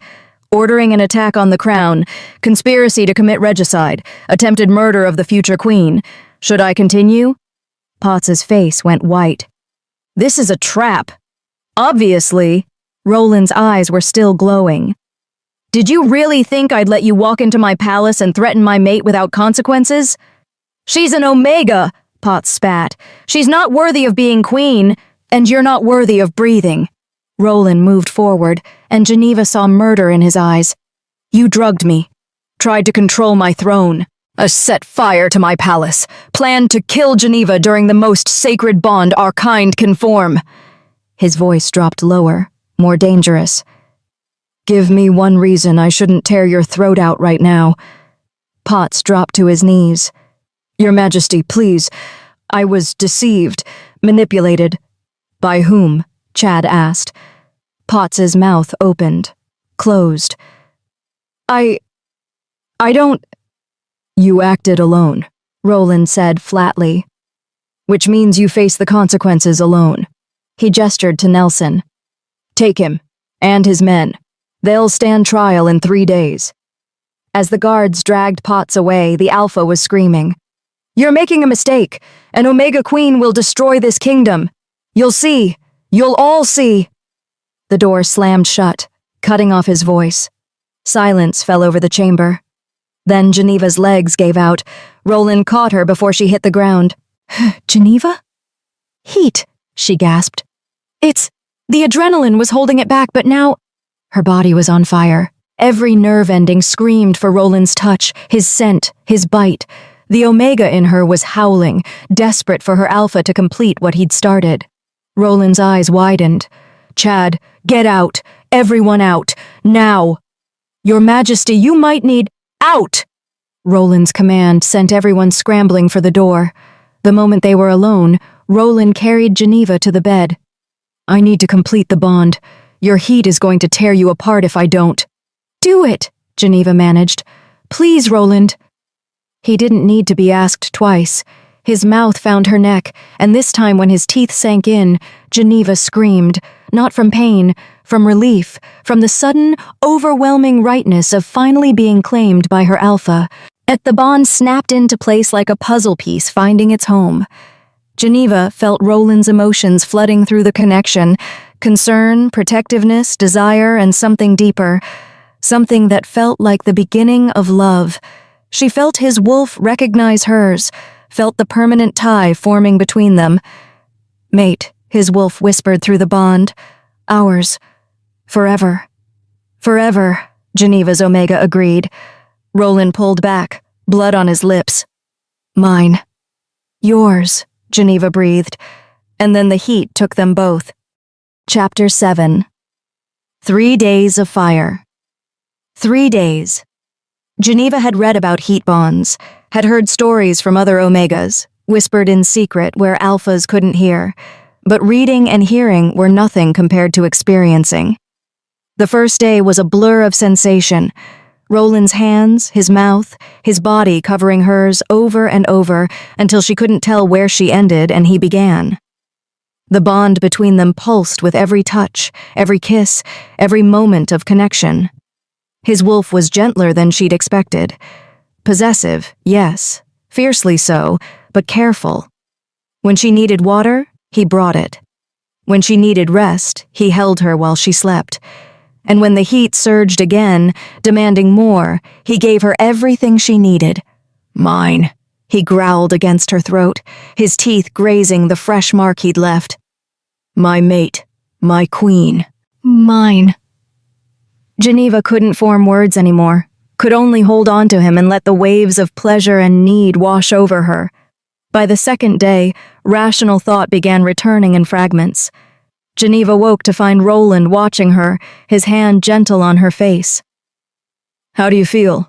His voice was rough from lack of use. "Like I've been turned inside out." Geneva's throat was dry. "In a good way." Roland smiled, a real smile, soft and unguarded. "The bond is settling. Can you feel it?" Geneva focused inward. Yes, there, a golden thread connecting her to Roland. Through it she could sense his emotions. Contentment, protectiveness, affection that was deepening into something more profound with every passing hour. "I feel you," she whispered. "And I feel you." Roland's thumb stroked her cheek. "Your fear is gone." He was right. Yet the constant anxiety that had lived in her chest for years, the terror of being discovered, of being hurt, of being alone, had faded. Not disappeared entirely, but muted, manageable, because she wasn't alone anymore. "What happened with Potts?" Geneva asked. The question felt distant, unimportant compared to the warmth of Roland's body against hers, but she needed to know. "Chad sent word this morning. Potts is in the dungeon. His men confessed to everything, the drugging, the fire, the planned attack. The trial will happen tomorrow." "Tomorrow?" Geneva's heat-fogged mind struggled with timelines. "But we've only been in here." 2 days. Roland kissed her forehead. "We have 1 more day before the bond fully stabilizes. Then we face the world." The world. Right. The world that was waiting to see if an Omega could truly be queen. Geneva pushed the thought away. She'd worry about that tomorrow. Today, she just wanted to be here, safe and warm and claimed. Roland's hand slid down her side, and Geneva felt desire spark through the bond. His desire and hers, tangled together until she couldn't separate them. "Again?" she breathed. "Always." Roland's mouth found hers. "I'll always want you." The heat surged 1 more time, pulling them both under. By the 3rd day, Geneva felt almost human again. The bond had settled into a steady presence in her mind, not overwhelming, just there, comforting. She could feel Roland even when he was across the room, could sense his mood through the connection. Right now, he was anxious. "The trial is in 2 hours," Roland said. He was dressing in formal clothes, black with gold embroidery, every inch the king. "Are you well enough to attend?" Geneva stood on shaky legs. Her body was sore in places she hadn't known could be sore, but the heat was completely gone. "I need to be there. Potts tried to kill me. I want to watch him face justice." Roland crossed to her, his hands gentle on her shoulders. "He'll say terrible things. About you, about Omegas, about our bond." "I know." "And you're prepared for that?" Geneva thought about the last 3 days, about Roland's patience, his care, the way he'd treated her like she was precious instead of disposable, about the bond that now tied them together for life. "He can say whatever he wants," Geneva said. "It doesn't change what we are to each other." Roland's expression softened. Then he did something unexpected. He went down on one knee. "What are you doing?" Geneva asked, startled. I told you I'd court you properly, after this was over." Roland took her hand. "I know we've done everything backwards. The bond, the mating, all of it. But I want to do this part right." He pulled a ring from his pocket. Not a crown jewel, something simpler, a silver band with a single emerald. "This was my mother's," Roland said quietly. "She was fierce and kind and everything a queen should be. When I look at you, I see those same qualities." His thumb stroked over her knuckles. "Geneva Proctor, will you be my queen? Not because of the bond, not because of politics, but because I'm choosing you. Clearly, deliberately, with full knowledge of who you are and what you've survived." Geneva's eyes burned. "You're already my mate.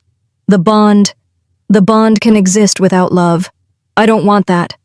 Roland's gray eyes met hers. "Oh, I want to build something real with you, something that goes beyond biology and instinct. I want to choose you every day for the rest of our lives."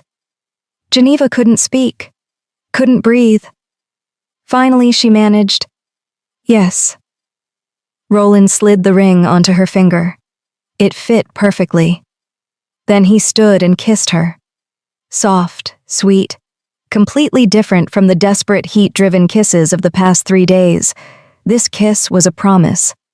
When they finally pulled apart, Geneva rested her forehead against his. "I'm going to be terrible at being queen. Probably. I'm going to make mistakes, huge ones. Definitely. And the council is going to fight me every step of the way. Without question." Roland smiled. "But you'll learn. You'll adapt. And I'll be beside you the entire time." Geneva breathed him in, pine and steel and home. "I love you." The words slipped out before she could stop them. Too soon, too fast, too... "I love you too," Roland said. No hesitation. "I think I started falling the moment you kissed me to manipulate me into completing the bond." Geneva laughed, despite the tears on her cheeks. "That's a terrible reason to fall in love. And yet here we are." A knock at the door. "Your Majesty," Chad's voice came through. "It's time." Roland squeezed Geneva's hand once. "Ready?" "No, but let's go anyway." The trial chamber was packed. Every noble in the capital had come to watch. Every council member, every merchant rich enough to buy their way in. Even common folk crowded the back, craning to see. Geneva walked beside Roland, her hand on his arm, her spine straight despite the whispers that followed. "Oh, she's marked. Look at her neck. That's a fresh claiming bite. The bond is complete. There's no annulling it now." They took their seats at the front. Roland sat in the king's chair, Geneva in the slightly smaller queen's chair beside him. It felt surreal. Potts was brought in chains. He looked smaller somehow, diminished by captivity, but his eyes still burned with rage when they landed on Geneva. "All rise for the royal magistrate," a guard called. Andrew Allison entered, carrying the Book of Laws. His expression was grave as he took his seat at the judge's bench. "We are here to render judgment on Ignacio Potts," Andrew began. "Accused of conspiracy against the crown, attempted regicide, attempted murder of the future queen, and arson. How do you plead?" "Not guilty." Potts's voice was steady. "Oh, I was defending the kingdom against a dangerous Omega." "You admitted to ordering the attack," Roland interrupted coldly. "We have your confession on a spelled recording, witnessed by 15 guards and the king's chief advisor." Potts's jaw clenched. "I was protecting the natural order. Omegas are meant to be controlled, not elevated." "The natural order," Geneva said quietly, "says that a mated bond is sacred, that when an alpha claims an omega, they become one unit under pack law. She stood. You attacked a bonded pair during their sacred heat. That's not protecting anything.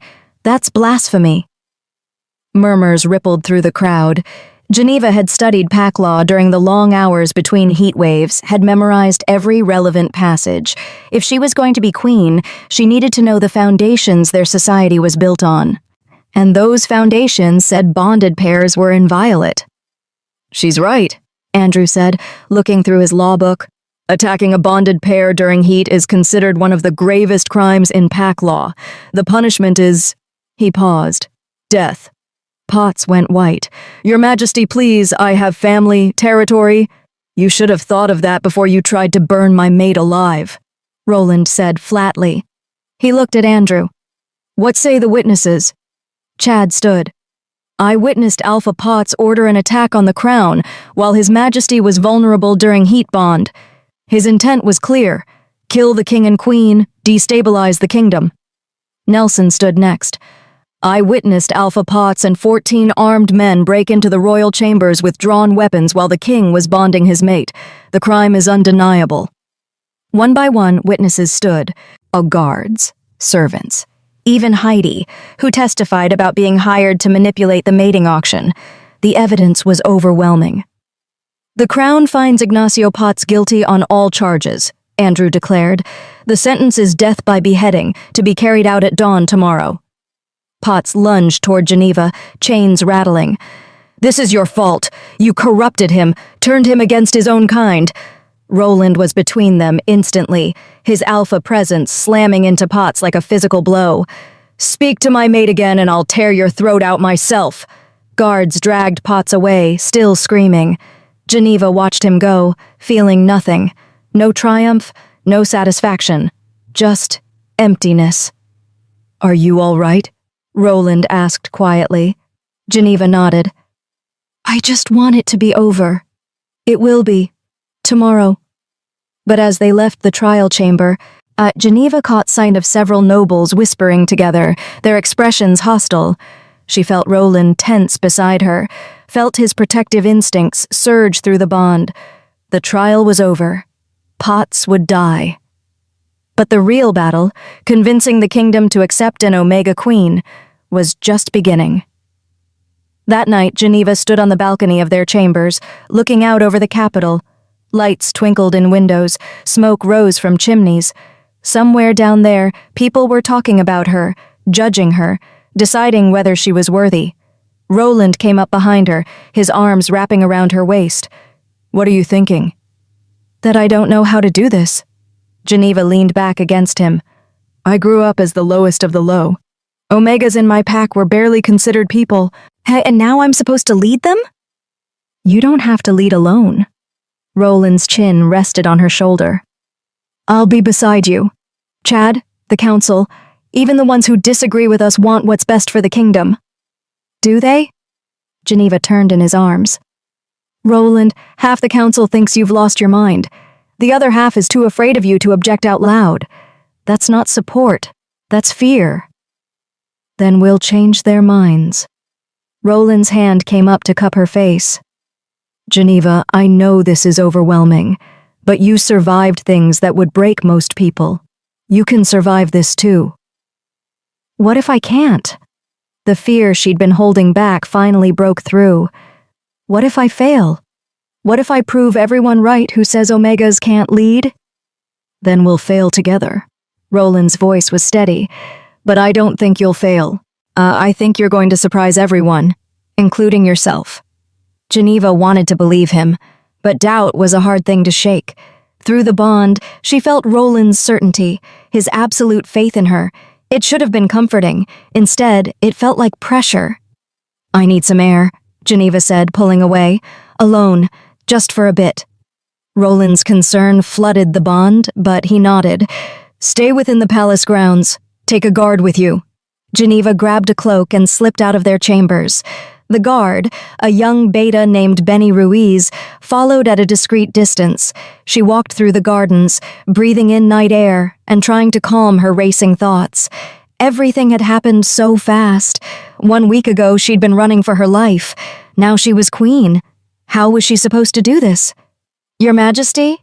Geneva turned, and a woman approached from the shadows, elderly, with silver hair and kind eyes. She wore simple clothes, clearly a commoner. I'm sorry to disturb you, the woman said, but I had to speak with you. My name is Eula Leonard. I'm the healer who examined the king after he was drugged. I remember. Is something wrong? No, child. I just wanted to tell you something. Eula smiled. I've been serving this kingdom for 40 years. I've seen 5 kings crowned, 3 wars fought, and more political upheaval than I care to count. And in all that time, I've never seen anything quite like what you've done. Geneva's stomach twisted. I haven't done anything yet. You made the king question everything he thought he knew about Omegas, about hierarchy, about power, about what makes someone worthy of respect. Eula stepped closer. That's not nothing, our child. That's revolution. I didn't mean to start a revolution. The best ones never do. Eula patted Geneva's hand. You're going to face challenges, horrible ones. People will say terrible things. They'll test you, push you, try to break you. Her grip tightened. But you listen to me. You're exactly what this kingdom needs, not in spite of being an Omega, but because of it. Tears burned Geneva's eyes. How can you be so sure? Because I've watched Alphas rule with strength for 40 years, and strength alone never brought lasting peace. Maybe it's time we tried something different. Eula smiled. Maybe it's time we tried compassion. After Eula left, Geneva stood in the garden for a long time. When she finally returned to their chambers, Roland was waiting. Feel better? He asked. I think so. Geneva moved into his arms. Someone told me I'm starting a revolution. Are you? Geneva thought about all the Omegas she'd seen in the back of the throne room during her presentation. The hope in their eyes, the way they'd chanted, "Long live the Queen," like a prayer. Maybe, she said. Is that terrifying? Absolutely. Roland kissed her forehead. But we'll figure it out together. Together. Geneva was learning to like that word. Through the bond, she felt Roland's love wrapping around her like a warm blanket. And for the first time since this whole thing started, Geneva thought maybe, just maybe, they had a chance. Chapter 8. The Coronation. Geneva woke to Brooke shaking her shoulder urgently. Your Majesty, you need to get up. The coronation is in 3 hours. Geneva bolted upright. 3 hours? Why didn't anyone— You've been asleep for 16 hours. Brooke pulled back the curtains, letting in bright sunlight. His Majesty said you needed rest after the trial and the heat bond. He insisted no one wake you. Geneva looked around. Roland's side of the bed was empty, the sheets cold. How long had he been gone? Through the bond, she felt him, somewhere in the palace, tense and focused, working. Where is he? Geneva asked. Council meetings since dawn. Apparently there are complications with the coronation. Brooke's expression was carefully neutral, but Geneva caught the worry beneath. What kind of complications? The kind where half the noble families are threatening not to attend if an Omega is crowned queen. Brooke started laying out clothes. But His Majesty is handling it. Geneva threw off the covers. I should be there. You should be getting ready. The coronation cannot happen without you, and if you're not prepared in 3 hours, His Majesty will have my head. Brooke gestured to the bathing chamber. Now go, we have much to do. The next 2 hours were a blur of bathing, dressing, and sitting still while servants worked on her hair and face. The coronation gown was stunning, deep blue velvet with silver embroidery, cut to accentuate without being inappropriate. Heavy enough to convey authority, beautiful enough to take breath away. When Geneva looked in the mirror, she barely recognized herself.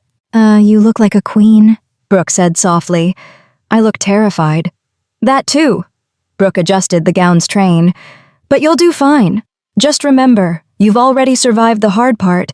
This is just ceremony. Geneva wanted to believe that, but her hands were shaking as Brooke helped her into the formal shoes, delicate things that pinched her toes. A knock at the door. "Your Majesty, it's time." Geneva took a deep breath and opened the door. Roland stood in the hallway, dressed in formal ceremonial armor, black and gold, with the royal crest emblazoned on his chest. He looked every inch a king.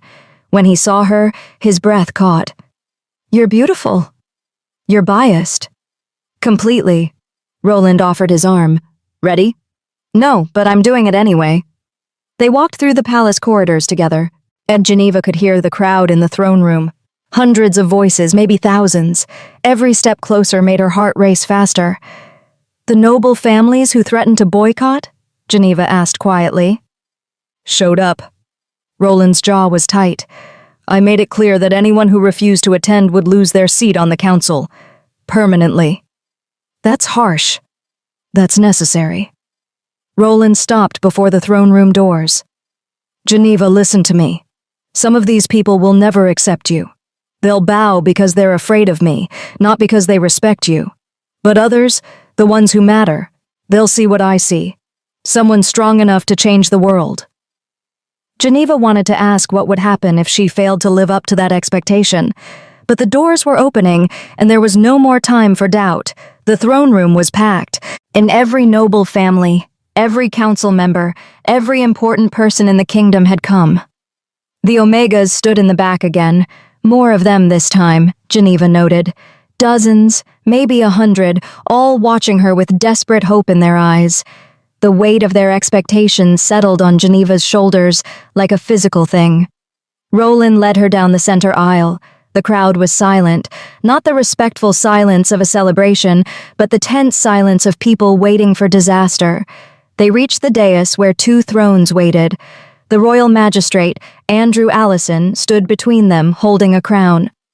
"We are gathered," Andrew's voice rang out, "to witness the coronation of Geneva Proctor as Queen of Artoria, as mate to our king, as leader of our people, as—" "I object," the voice came from the crowd, and an older alpha stepped forward, someone Geneva didn't recognize. His formal clothes marked him as high nobility. "Lord Gilbert Richard," Roland's voice was cold. "On what grounds?" "On the grounds that an Omega cannot rule." Gilbert's voice carried through the hall. "It goes against tradition, against pack law, against the natural order established by our ancestors." Murmurs of agreement rippled through the crowd.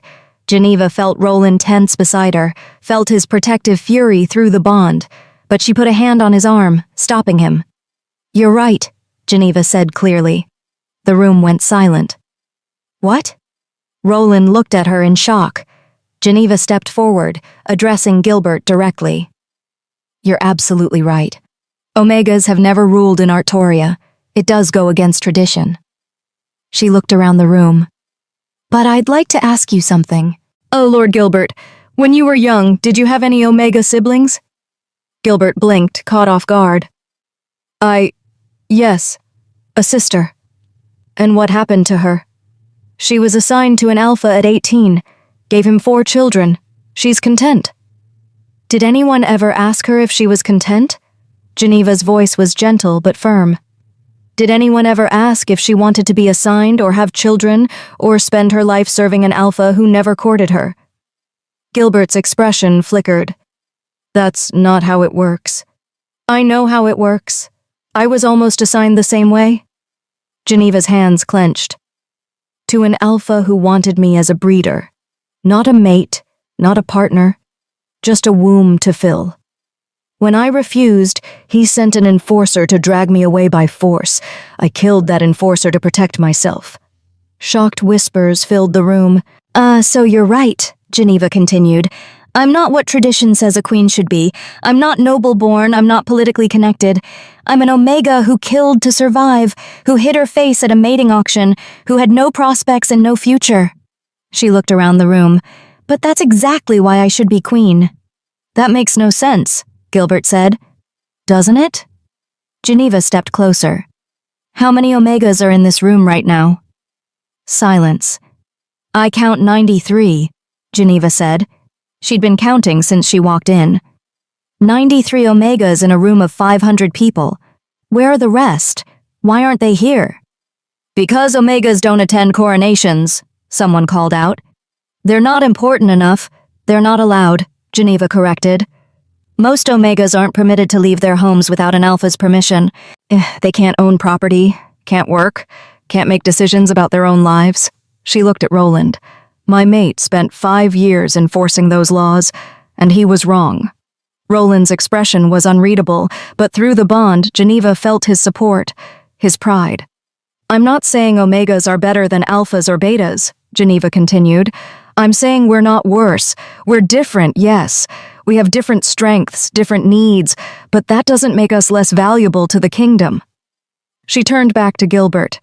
You asked if an Omega can rule. I think the better question is, can a kingdom thrive when it wastes half its population's potential, when it treats an entire designation as disposable? Geneva gestured to the Omegas in the back.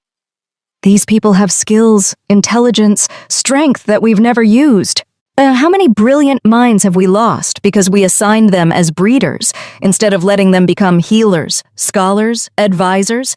How many problems could we solve if we actually listened to what half our population has to say? The room was completely silent now. So yes, Geneva said, I'm an Omega Queen, the first one. And maybe I'll fail spectacularly. Maybe you're all right and this is a terrible idea. She lifted her chin. But I'd rather fail trying to make things better than succeed at keeping them broken. For a long moment, no one spoke. Then, from the back of the room, an Omega voice called out, Long live Queen Geneva! Another voice joined it, then another. Within seconds, all 93 Omegas were chanting, their voices growing stronger with each repetition. The Alphas and Betas remained silent, but this time, but Geneva saw something different in their expressions. Not agreement exactly, but consideration, thought. Maybe that was enough for now. Andrew cleared his throat. Are there any other objections? Silence. Then let us proceed. Andrew lifted the crown, delicate silver with small emeralds. Geneva Proctor, do you swear to serve this kingdom with honor, to protect its people, to uphold its laws, and to rule with wisdom and compassion? Geneva's throat was tight. I swear. Do you swear to stand beside your king, to support him in times of peace and war, to be his partner in all things? I swear. Then by the power vested in me and witnessed by all gathered here, I crown you Queen Geneva of Artoria. Andrew placed the crown on her head. It was heavier than Geneva expected. Long may you reign. Long may she reign, the crowd echoed. Some enthusiastic, some reluctant, but all participating. Roland took her hand and kissed it. Through the bond, Geneva felt his emotions, pride, love, relief, hope. You were magnificent, he murmured. I was terrified. Same thing sometimes. They turned to face the crowd together, king and queen, Alpha and Omega, standing side by side. Geneva looked at the Omegas in the back, at the hope shining in their eyes, and made a silent promise. I won't let you down. The coronation feast was even worse than the ceremony. Geneva sat at the high table beside Roland, forcing herself to eat while nobles approached to offer congratulations that sounded more like threats. Such a bold choice, Your Majesty, one lady said, her smile not reaching her eyes. I do hope you're prepared for the challenges ahead. Translation, you're going to fail, and I'll be here to watch. Your speech was quite moving, a lord commented, though perhaps a bit idealistic. The real world is more complicated than pretty words. Translation, you're naive and foolish. Geneva smiled through it all, her face aching from the effort. Beside her, Roland was tense, his protective instincts on high alert through the bond. I'm fine, Geneva murmured. They're just words. Words can cut deeper than blades. Then it's good I've survived both. Finally, after what felt like hours, Roland stood. The Queen is tired. We'll be retiring for the evening. Thank the gods. They escaped to their chambers, and the moment the door closed, Geneva collapsed onto the bed. That was exhausting, she groaned. Roland sat beside her, and his hand gentle on her back. You did well. Better than well. You were perfect. I was terrified the entire time. And yet you stood there and gave a speech that made half the room reconsider everything they believe. Roland's voice was filled with pride. Geneva, do you understand what you did today? Made enemies? Started a movement. Roland helped her sit up. Those Omegas in the back, they'll go home and tell others what they saw, what you said, and those others will tell more people. You planted a seed today that could change the entire kingdom. Geneva thought about the hope in those Omega eyes, the desperate way they'd chanted her name. I can't fail them, she whispered. You won't. You don't know that. Yes, I do. Roland cupped her face. Because you're not doing this alone. You have me. You have Chad, Andrew, and even some of the council members who are starting to see reason. And most importantly, you have every Omega in this kingdom who finally has hope for the first time in their lives. Geneva leaned into his touch. What do we do now? Now? We start making real changes. Roland's expression turned determined. Tomorrow, I'm issuing a royal decree. Omegas will no longer be assigned mates without consent. It's a start. The council will fight you. Let them. I'm the king. They'll learn to accept it. Roland kissed her forehead. But tonight, we rest. You've earned it. Geneva wanted to argue, wanted to start planning, strategizing, preparing for the battles ahead. But exhaustion was pulling at her, and Roland's arms were warm and safe. Together? She asked. Always together? Through the bond, Geneva felt his certainty, his love, his absolute commitment to making this work. Maybe they really could change the world, or maybe they'd fail spectacularly. Either way, they'd do it together. Geneva woke in the middle of the night to find Roland standing by the window, staring out at the dark gardens. Can't sleep? She asked.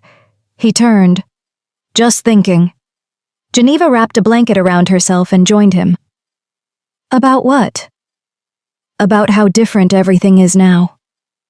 Roland's hand found hers. A week ago, I had my life planned out.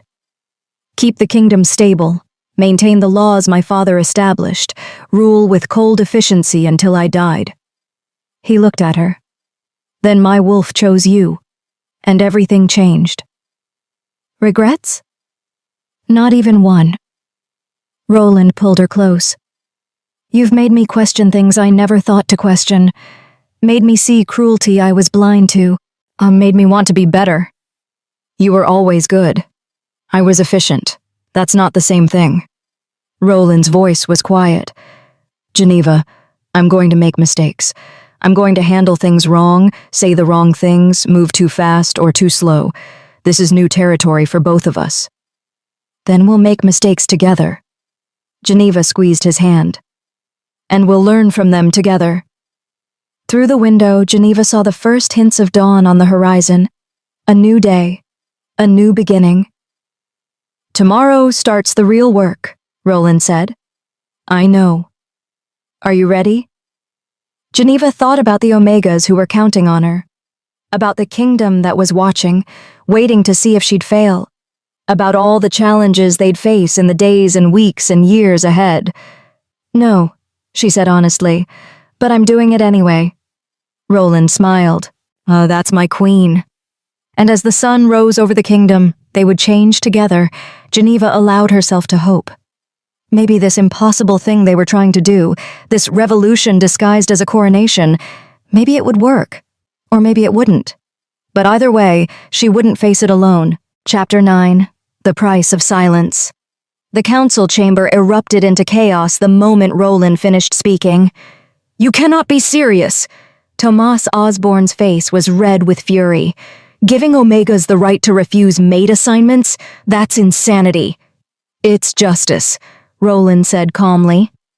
Geneva sat beside him, her hands folded in her lap, her expression neutral despite the turmoil in her chest. Omegas are not property to be distributed. They're people, They deserve the same autonomy everyone else has. They'll abuse it, Clifton Rowe said. Refuse assignments out of spite, demand impossible standards. So can alphas, Geneva interrupted. Alphas refuse potential mates all the time. Why should omegas have fewer rights? Because they're omegas. Tomas slammed his hand on the table. They're built for nurturing, for submission. For what? Geneva stood, her voice cutting through the noise. Say it. For breeding? For servitude? For being used by alphas who see them as convenient receptacles? The room went silent. That's what you mean, isn't it? Geneva looked around the table. When you say omegas are built for certain things, you mean they're built to serve you, to make your lives easier, to give you children and comfort and pleasure without complaint. That's not what Thomas began. Yes, it is. Geneva's voice was steady now, cold. I've lived it. I know exactly what traditional omega roles means. It means no choices, no freedom, no life beyond what an alpha decides you deserve. She turned to Roland. Your Majesty, if I may. Roland nodded, pride bleeding through their bond, and Geneva pulled a folder from the stack in front of her. She'd spent the last 3 days preparing for this. I've been reviewing the kingdom's records. In the last 5 years, there have been 347 Omega deaths officially recorded. The council members shifted uncomfortably. Of those 347 deaths, Geneva continued, 206 were marked as complications during childbirth, 63 were marked as accidents, 41 were marked as natural causes, and 37 were marked as suicide. She set down the folder. I had the royal physician review the reports. Would you like to know what she found? No one answered. Of the 206 childbirth deaths, 184 occurred during the Omega's 5th pregnancy or later. And most were under 25 years old. Their bodies couldn't handle constant breeding. Geneva's voice hardened. The 63 accidents showed evidence of alpha violence in 49 cases. The 41 natural causes included starvation, neglect, and untreated illnesses. And the 37 suicides? Those omegas left notes. I've read them all. She pulled out a sheet of paper. This one is from an omega named Nicole Hand, 23 years old, assigned to an alpha at 18, 4 children in 5 years. She wrote, I am so tired. I am so empty. I have nothing left to give, but they keep taking. Please let this be over. Geneva's hands trembled as she set down the paper. She hung herself 3 days after writing that. The silence in the room was suffocating. That is what traditional omega roles looks like, Geneva said. That is the system you're defending, and I'm telling you, no, I'm begging you, let us change it. Tomas's face had gone pale. Your Majesty, I had no idea the numbers were so... Because you never looked, Roland said quietly. None of us did. We accepted the system as natural, inevitable. But Geneva is right. This isn't natural. It's murder disguised as tradition. Chad cleared his throat. He'd been quiet throughout the meeting, but now he stood. The king's decree will stand. Omegas will have the right to refuse mate assignments. But we need parameters, rules to prevent abuse from either side. Such as? Andrew asked, his tone thoughtful. An omega can refuse an assignment, but they must provide legitimate reasons, Chad said. Incompatibility, safety concerns, and/or prior commitment to another potential mate. They can't refuse simply because they want to remain unmated forever. That would destabilize pack hierarchy. And if an alpha is refused multiple times? Clifton asked. Then perhaps the alpha needs to examine why omegas keep refusing him, Geneva said pointedly. But if there's a pattern of abuse, if an omega refuses multiple appropriate alphas without cause, then the council can review the case. Balance, Roland said. That's what we're creating. Not omega dominance, not alpha control, balance. Slowly, reluctantly, council members began nodding. There's another issue, Andrew said. Omega education. If they're going to be making their own decisions, they need to be educated. Right now, most Omegas can't read beyond basic signs. They have no knowledge of law, finances, or their own rights. Geneva's heart leaped. I want to establish Omega schools, free education for any Omega who wants it. That's expensive, Tomas objected. So is losing 206 Omegas to preventable childbirth deaths, Geneva countered. So is dealing with the social instability of Omegas who are desperate enough to kill themselves. Education is an investment in the kingdom's future. Roland looked at his master of coin. Can we afford it? Tomas sighed.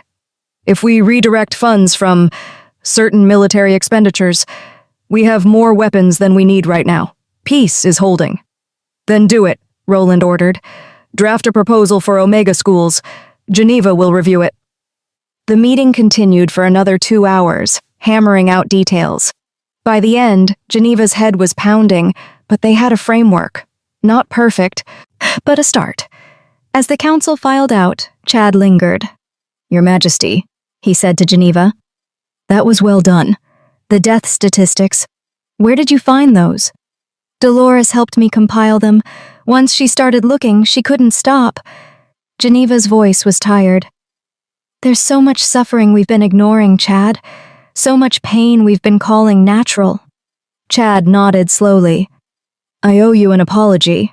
When you were first chosen, I thought the king had lost his mind. I thought you'd be a disaster for the kingdom. I still might be. No. Chad's expression was serious. You might be exactly what we need. Someone who sees the problems we've been blind to. He bowed slightly. I'm at your service, Your Majesty. After he left, Geneva sagged against Roland. I can't believe they actually listened. You gave them numbers, facts. Why, you made it impossible to ignore. Roland's arm came around her. You were brilliant. I was terrified they'd dismiss everything and vote to overturn your decree. Some of them wanted to, but the statistics... Geneva, you showed them the cost of their ignorance in terms they couldn't deny. Through the bond, Geneva felt Roland's pride mixing with something darker. Guilt, maybe, for his part in creating those statistics. Hey, Geneva said softly, turning to face him. You didn't know. None of you did. I should have known. I'm the king. It's my job to know what's happening in my kingdom. Then we fix it together. Geneva took his hands. No more guilt, just action. Roland pulled her close, and for a moment they just stood there, holding each other. I love you, he murmured into her hair. I love you too. A knock at the door interrupted them. A guard entered, his expression troubled. Your Majesty, there's a situation. A group of alphas are gathered in the main square. They're protesting the new decree. Geneva's stomach dropped. How many?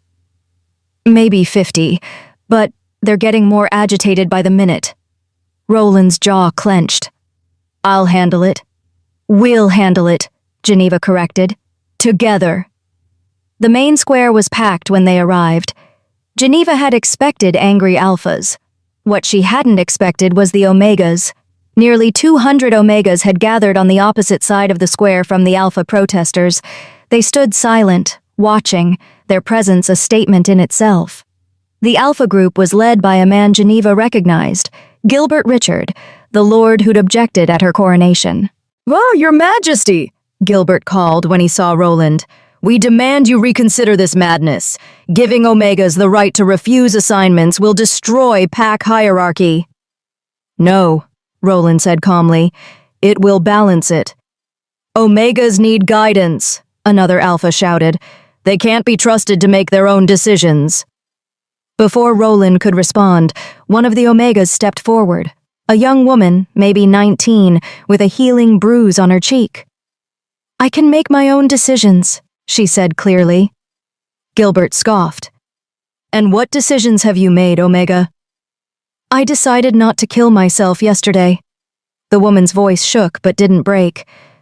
"I was assigned to an alpha who beat me, who forced himself on me every night whether I wanted it or not, who told me I existed only to serve him."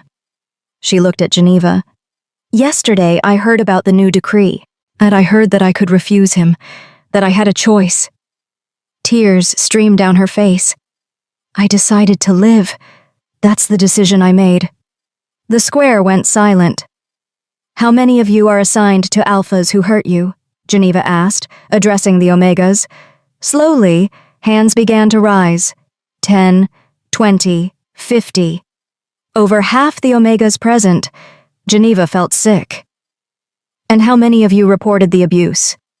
A few hands stayed up, most fell. Why not? Geneva asked gently. An older Omega spoke up. Because reporting abuse means the council reviews your case, and the council always sides with the alpha. Always. We'd just be punished for causing trouble.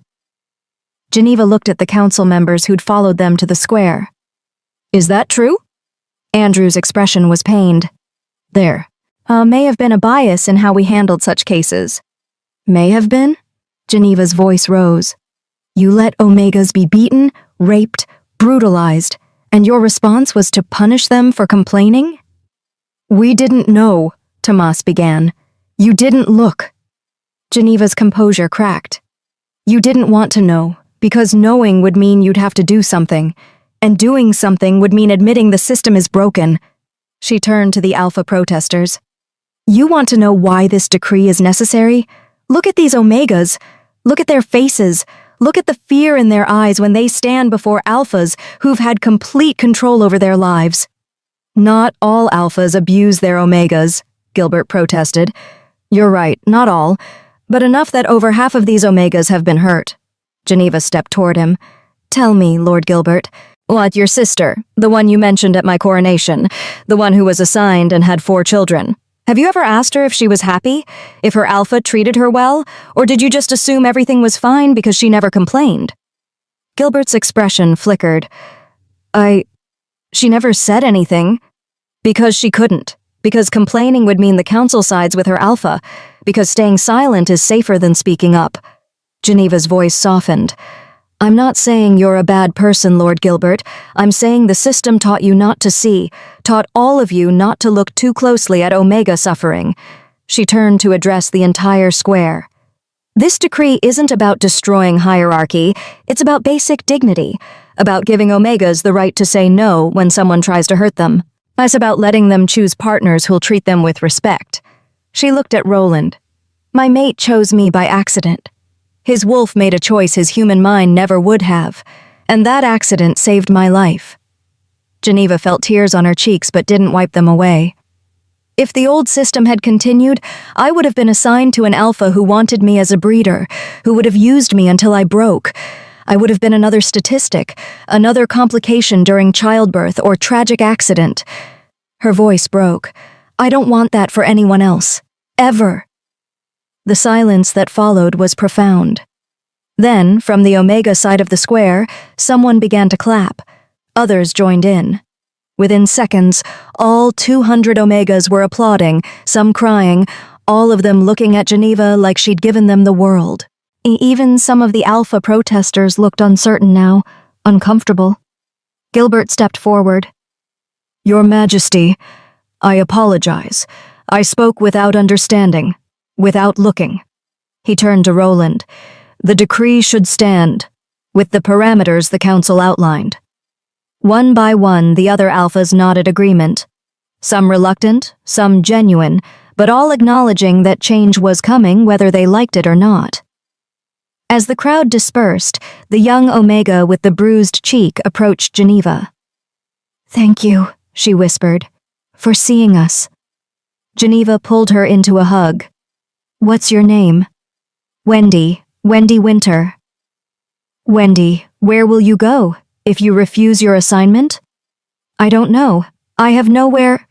You have the palace, Geneva said. Until we establish proper shelters, any Omega fleeing abuse can come here, and you'll be protected. Wendy's eyes widened. Truly? Truly. I'll make the announcement tomorrow. After Wendy left, Geneva turned to find Roland watching her with an expression she couldn't quite read. What? She asked. You're changing everything, he said softly. The entire kingdom, the whole system. You're tearing it down and building something new. Is that bad? No. Roland pulled her close.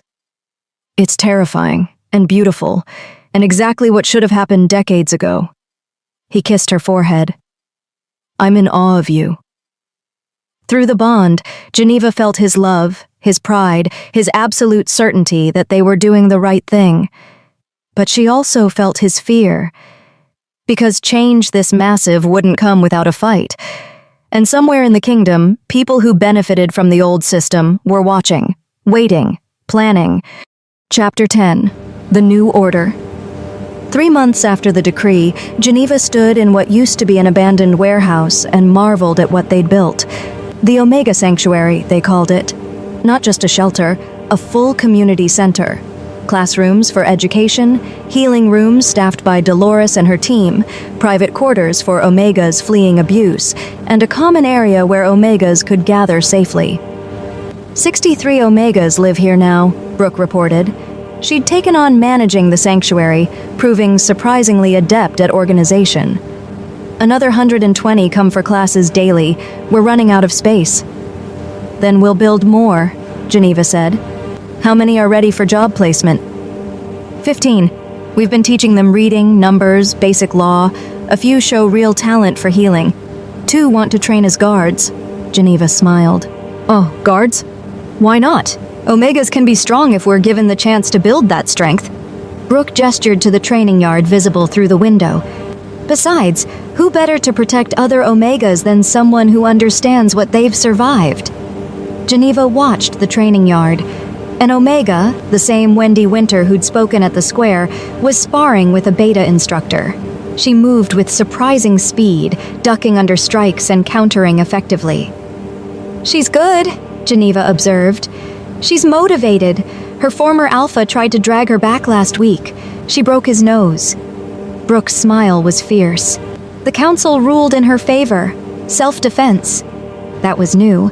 3 months ago, an Omega defending herself from her assigned alpha would have been executed. Now she was being trained as a guard. Change was happening. Slowly, painfully, but happening. Your Majesty? A young Omega approached, one of the students. Sorry to interrupt, but Lord Herman is here. He says it's urgent. Geneva's good mood evaporated. Chad rarely came to the sanctuary unless something was wrong. She found him in the main hall, his expression grave. What happened? We have a problem. A big one. Chad handed her a document. Lord Ricky McMahon has filed a formal complaint with the council. He's demanding you be removed as queen. Geneva's blood ran cold. On what grounds? On the grounds that you're destabilizing the kingdom. He's gathered signatures from 47 noble families supporting his position. They claim the Omega decree has caused chaos, that Omegas are abandoning their responsibilities, that pack hierarchy is collapsing.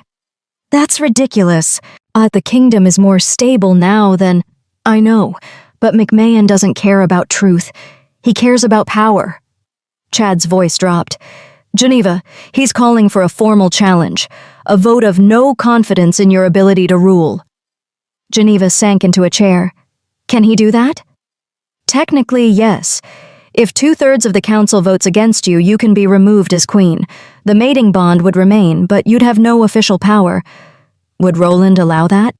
Roland would fight it. But if the council votes against you, it could split the kingdom, start a civil war. Chad sat across from her. McMahon is counting on Roland backing down to avoid bloodshed. Geneva's mind raced. 47 noble families. That was nearly 1/3 of the kingdom's aristocracy. What does he want? He wants things to go back to how they were. And Omegas assigned without consent, no education, no rights. He wants you to be a figurehead queen who looks pretty and stays silent. That's not going to happen.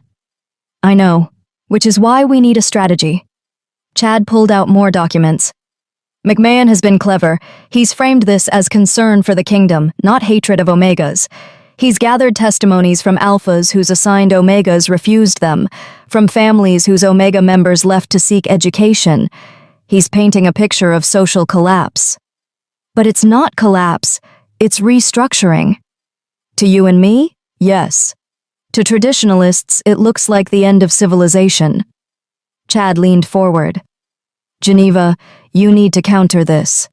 Show the kingdom that your changes are working, that Omegas with rights and education benefit everyone, not just themselves. Geneva thought furiously. The economic reports? Have they been compiled? What economic reports? When Omegas were confined to breeding and domestic work, they produced no taxable income. Now that some are working in trade, healing, teaching, they're contributing to the kingdom's economy. Geneva stood, pacing. Get me the numbers. Show me exactly how much revenue educated Omegas have generated in 3 months. Chad's eyes widened. That's brilliant! If you can prove Omegas are profitable, then it's not just morality, it's sound economics. Geneva's mind was racing now. And get me testimonies, from Omegas whose lives improved, from Alphas who support the changes, from merchants who've hired Omega workers. I want evidence that this is working. I'll have it ready in 2 days. Chad stood. But Geneva, even with evidence, this is going to be close. McMahon has been building support for weeks. Some council members are genuinely swayed by his arguments. Then I'll unsway them. After Chad left, Geneva stood in the sanctuary's main hall, surrounded by Omegas learning to read, learning to heal, learning to fight, learning to be more than what the old system allowed. She couldn't let this fail. The council vote was scheduled for 3 days later. Geneva spent every waking hour preparing. Chad brought her economic data that was better than she'd hoped. Educated Omegas had generated 12,000 gold in taxable revenue in just 3 months. Extrapolated over a year, that was nearly 50,000 gold added to the kingdom's treasury. Dolores provided medical statistics showing a dramatic decrease in Omega mortality rates. No childbirth deaths in 3 months. No suicides. 3 Omegas had died, but all from natural causes in old age. And the testimonies, those were powerful. Before the decree, I was assigned to an Alpha who beat me daily, one Omega had written. Now I work as a healer's assistant. I earn my own coin. I'm learning to read. For the first time in my life, I want to wake up in the morning. I didn't understand why my assigned Omega was always sad, an Alpha testified. The new decree forced me to actually talk to her, to ask what she wanted. We're courting properly now. She's happier. I'm happier. This is what mating should have been all along. Geneva read testimony after testimony, feeling her resolve strengthen. The night before the vote, Roland found her in their chambers, surrounded by papers. You should rest, he said gently. I can't. If I don't have every argument ready. If I miss something. Geneva. Roland pulled her to her feet. You've prepared everything you can. Now you need to trust that it's enough. What if it's not? Geneva's voice broke. What if they vote me out? What happens to the sanctuary? To the Omegas who've found hope? Then I'll dissolve the council and rule by decree. Roland's voice was firm. I won't let them undo what you've built. That would start a war. Then we'll fight a war. Roland cupped her face. Geneva, I chose you. My wolf chose you. And every day since, I've chosen you again. I'm not losing you because some traditionalist nobles are afraid of change. Through the bond, Geneva felt his absolute certainty, his love, his willingness to burn the kingdom down rather than let her be removed. No war, Geneva said. I'm going to convince them, with facts, with evidence, or with truth. You're assuming they care about truth. Some of them do. Enough of them, maybe. Geneva leaned into his touch. And if they don't? Then yes. We fight. Roland kissed her. Soft, sweet, full of faith she wasn't sure she deserved. Whatever happens tomorrow, he murmured against her lips. We face it together. Together, Geneva agreed. The council chamber was packed. Every council member was present, all 24 of them. Gallery seats overflowed with nobles, merchants, and citizens who'd fought for the right to observe. Even Omegas lined the back wall, silent witnesses to their fate being decided. Ricky McMahon stood at the front, his formal robes pristine, his expression confident. My lords and ladies, he began, We are here because our kingdom is in crisis. 3 months ago, Queen Geneva instituted changes that have thrown our society into chaos. Omegas refuse their assignments. Families are torn apart. The natural order that has sustained us for centuries crumbles before our eyes. He pulled out documents. I have testimonies from 47 families whose lives have been disrupted by these reckless policies. Alphas whose assigned Omegas fled. Children left without mothers. Chaos. McMahon's voice rose with passion. I respect our queen's compassion. But compassion without wisdom is dangerous. She is young, idealistic, and fundamentally misunderstands what Omegas need. They need structure, guidance, protection, not freedom they're unprepared to handle. Geneva listened, her hands clenched beneath the table. He was good. His argument sounded reasonable if you didn't look too closely. Therefore, McMahon concluded, I call for a vote of no confidence, not out of disrespect for Her Majesty, but out of love for the kingdom she is inadvertently destroying. He sat down to murmurs of agreement from several council members. Roland stood. Queen Geneva will now present her defense. Geneva rose on shaking legs, every eye in the room focused on her. Through the bond, she felt Roland's support, his love, his certainty. She could do this. Lord McMahon speaks of chaos, Geneva began. I speak of freedom. He speaks of disruption. I speak of dignity. He speaks of families torn apart. I speak of families that were never whole to begin with. She gestured to Chad, who began distributing documents. These are economic reports. In 3 months, educated Omegas have generated 12,000 gold in taxable revenue. In 1 year, that's 50,000 gold. Enough to fund 2 new roads, repair 3 bridges, and expand the kingdom's healing facilities. Murmurs rippled through the council. 50,000 gold was substantial. These are medical reports from our royal physician, Geneva continued. 3 months ago, we averaged 6 Omega deaths per month. This month, 0. Not 1 Omega has died from preventable causes since the decree took effect. She pulled out testimonies. These are statements from Omegas whose lives improved, from Alphas who discovered actual partnership with their mates, from children who finally see their Omega parents smile. Geneva's voice strengthened. Lord McMahon says families are torn apart, but were they really families? Or were they cages that looked like homes? Were those Omegas really mothers? Or were they prisoners who happened to give birth? She locked eyes with McMahon. You speak of the natural order. But what's natural about a system that kills 200 Omegas a year through neglect, abuse, and forced breeding? What's natural about denying half your population education, autonomy, the basic right to say no when someone tries to hurt them? Geneva walked around the table, addressing the entire council. Some of you remember my coronation speech. I talked about wasted potential, about how many brilliant minds we've lost by treating Omegas as disposable. 3 months later, I have proof. She nodded to the gallery where several Omegas stood.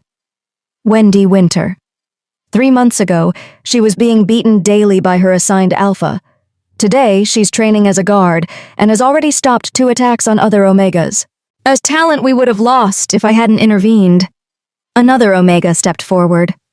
Rhonda Mathis, assigned to an Alpha who kept her illiterate and pregnant. Today, she's learning to be a healer. Dolores says she has more natural talent than most trained physicians, wasted for 15 years because no one thought to educate her. One by one, Geneva presented Omegas who'd transformed their lives in 3 months. A teacher, a merchant, a scribe, a blacksmith, yes, a blacksmith, and she was apparently gifted at it. This is what you call chaos, Geneva said. I call it potential realized. This is what you call disruption. I call it justice delayed but finally arriving. She turned to McMahon. You asked for a vote of no confidence. I ask for a vote of faith. Faith that we can be better than we were. If faith that treating Omegas as people instead of property will strengthen, not weaken, our kingdom. Faith that change, though painful, is necessary. Geneva looked at the Omegas lining the back wall, at their hope-filled faces, at their desperate belief that she could save them. I'm not perfect, Geneva said quietly. I'm going to make mistakes. I already have. But I'm trying. I'm fighting. I'm refusing to accept that suffering is inevitable just because it's traditional. She turned back to the council. So vote. Vote whether you want a kingdom that wastes half its people's potential, or vote for a kingdom that gives everyone, Alpha, Beta, and Omega, the chance to be everything they're capable of being. Geneva sat down, her heart pounding. The room was silent. Then Andrew Allison stood. I vote for Queen Geneva. Her changes stay. Chad stood. I vote for the Queen. One by one, council members stood. Dolores, though not a council member, stood in the gallery. Brooke stood. Wendy and the other Omegas stood. By the time the votes were counted, 18 council members supported Geneva. Only 6 opposed. More than 2/3. She'd won. McMahon's face was white with fury, but he bowed stiffly. The vote is decided. The decree stands. As the chamber emptied, Geneva felt Roland's arms come around her from behind. You did it, he murmured. We did it, Geneva corrected. Through the bond, she felt his pride, his love, his absolute certainty that this was just the beginning. 6 months later, Geneva stood on the balcony of the Omega Sanctuary's new wing, the 3rd expansion in 6 months. Below, nearly 300 Omegas lived, learned, and thrived. The kingdom had changed. Not completely, not perfectly, but measurably. Omega mortality was down by 80%. Omega education centers had opened in 7 cities. The economy had grown by 12%, largely due to Omega workers entering the labor force. There were still problems, still alphas who hated the changes, still Omegas too afraid to claim their rights, still battles to fight. But progress was happening. Your Majesty? Brooke approached. There's someone here to see you. Says it's important. Geneva followed Brooke inside to find Lucia waiting. Sister, Geneva said, surprised. Lucia looked different, healthier, happier. I came to tell you something. About Eric. Geneva's breath caught. What about him? I've been investigating. Asking questions I should have asked years ago. Lucia's voice shook. Oh, Eric didn't die because of your magic. He died because someone set that fire deliberately. Someone who knew you'd be blamed. Geneva's world tilted. Who? His father. Ignacio Potts's brother. Lucia pulled out documents. Eric was going to testify against Potts in a corruption case. His father killed him to stop that testimony and framed you because you were convenient. An Omega with fire magic, already rejected by Eric. Perfect scapegoat. Geneva couldn't breathe. All these years, all the guilt, the shame, the certainty that maybe, somehow, she'd lost control and killed him. I'm sorry, Lucia whispered. I should have believed you. Should have looked deeper. I let our family's prejudice blind me. Geneva pulled her sister into a fierce hug. You're here now. That's what matters. I want to help, Lucia said. With the sanctuary, with the schools, whatever you need. Geneva smiled through tears. I need a records keeper, someone to document Omega testimonies, track our progress. Could you do that? Yes, absolutely yes. After Lucia left, Geneva returned to the balcony. Roland was there now, watching the sunset. Heard the news? Geneva asked. Chad told me. I've already ordered an investigation into Eric's death. Potts's brother will face justice. Roland pulled her close. How do you feel? Free? Geneva realized. For the first time since Eric died, I feel free. Through the bond, she felt Roland's joy mixing with her own. We've done good work, Roland said quietly. We've done necessary work, Geneva corrected, and we're not finished. No, we're just beginning. Roland turned her to face him. I have news too. Good news. Geneva raised an eyebrow. Oh, what? The neighboring kingdoms have been watching our changes. 3 of them have reached out, asking for guidance on implementing similar reforms. Roland's smile was proud. You're not just changing Artoria, Geneva. You're changing the world. Geneva thought about that terrified Omega at the mating auction, the one who'd had no hope, no future, nothing but fear. She thought about the queen that Omega had become, and she smiled. "Good," Geneva said. "The world needs changing." Below them, Omegas gathered for evening meal, laughing, talking, living without fear. The sanctuary's lights blazed against the darkness, a beacon of hope for those still trapped in the old system. "I love you," Roland murmured. "I love you too." Geneva leaned into him, feeling the bond pulse between them, stronger now, deeper, built on more than just biology. Built on shared purpose, shared love, shared commitment to making things better. They'd started as an accident, a drugged king and a desperate Omega at an illegal auction. But they'd become something more. Partners, revolutionaries, proof that change, though terrifying, was possible. The kingdom still had far to go. Old prejudices died hard, old systems resisted change with everything they had, but standing on that balcony, wrapped in Roland's arms, Geneva felt hope. Not naive hope that everything would be easy, but fierce hope that everything would be worth it. The Alpha King had accidentally chosen the hooded Omega at the mating auction, and that accident had saved them both. Epilogue. 1 year later. The Omega Academy's opening ceremony drew crowds from across the kingdom. Geneva stood at the podium, her hand resting on her swollen belly. 6 months pregnant, glowing with health, looking every inch a queen. "1 year ago," she began, "I stood at a mating auction with no hope and no future. Today I stand before you as your queen, opening the first full academy dedicated to Omega education." She gestured to the building behind her. 3 stories, beautiful architecture, room for 200 students. "This academy will teach reading, writing, mathematics, law, healing, trade skills, everything Omegas need to build independent lives." Geneva looked at the Omegas gathered. "Some of you will use these skills to find better mates. Some will use them to build careers. Some will use them simply to understand the world better. All of these choices are valid. All of them are yours to make." She placed both hands on her belly. "My child will be born into a different world than I was. A world where Omegas have rights, choices, dignity. Where no one is disposable. Where everyone's potential matters." Geneva's voice strengthened. "We're not there yet. We still have work to do, battles to fight, minds to change. But we're closer than we were. And we'll keep getting closer, one day at a time, one law at a time, one freed Omega at a time."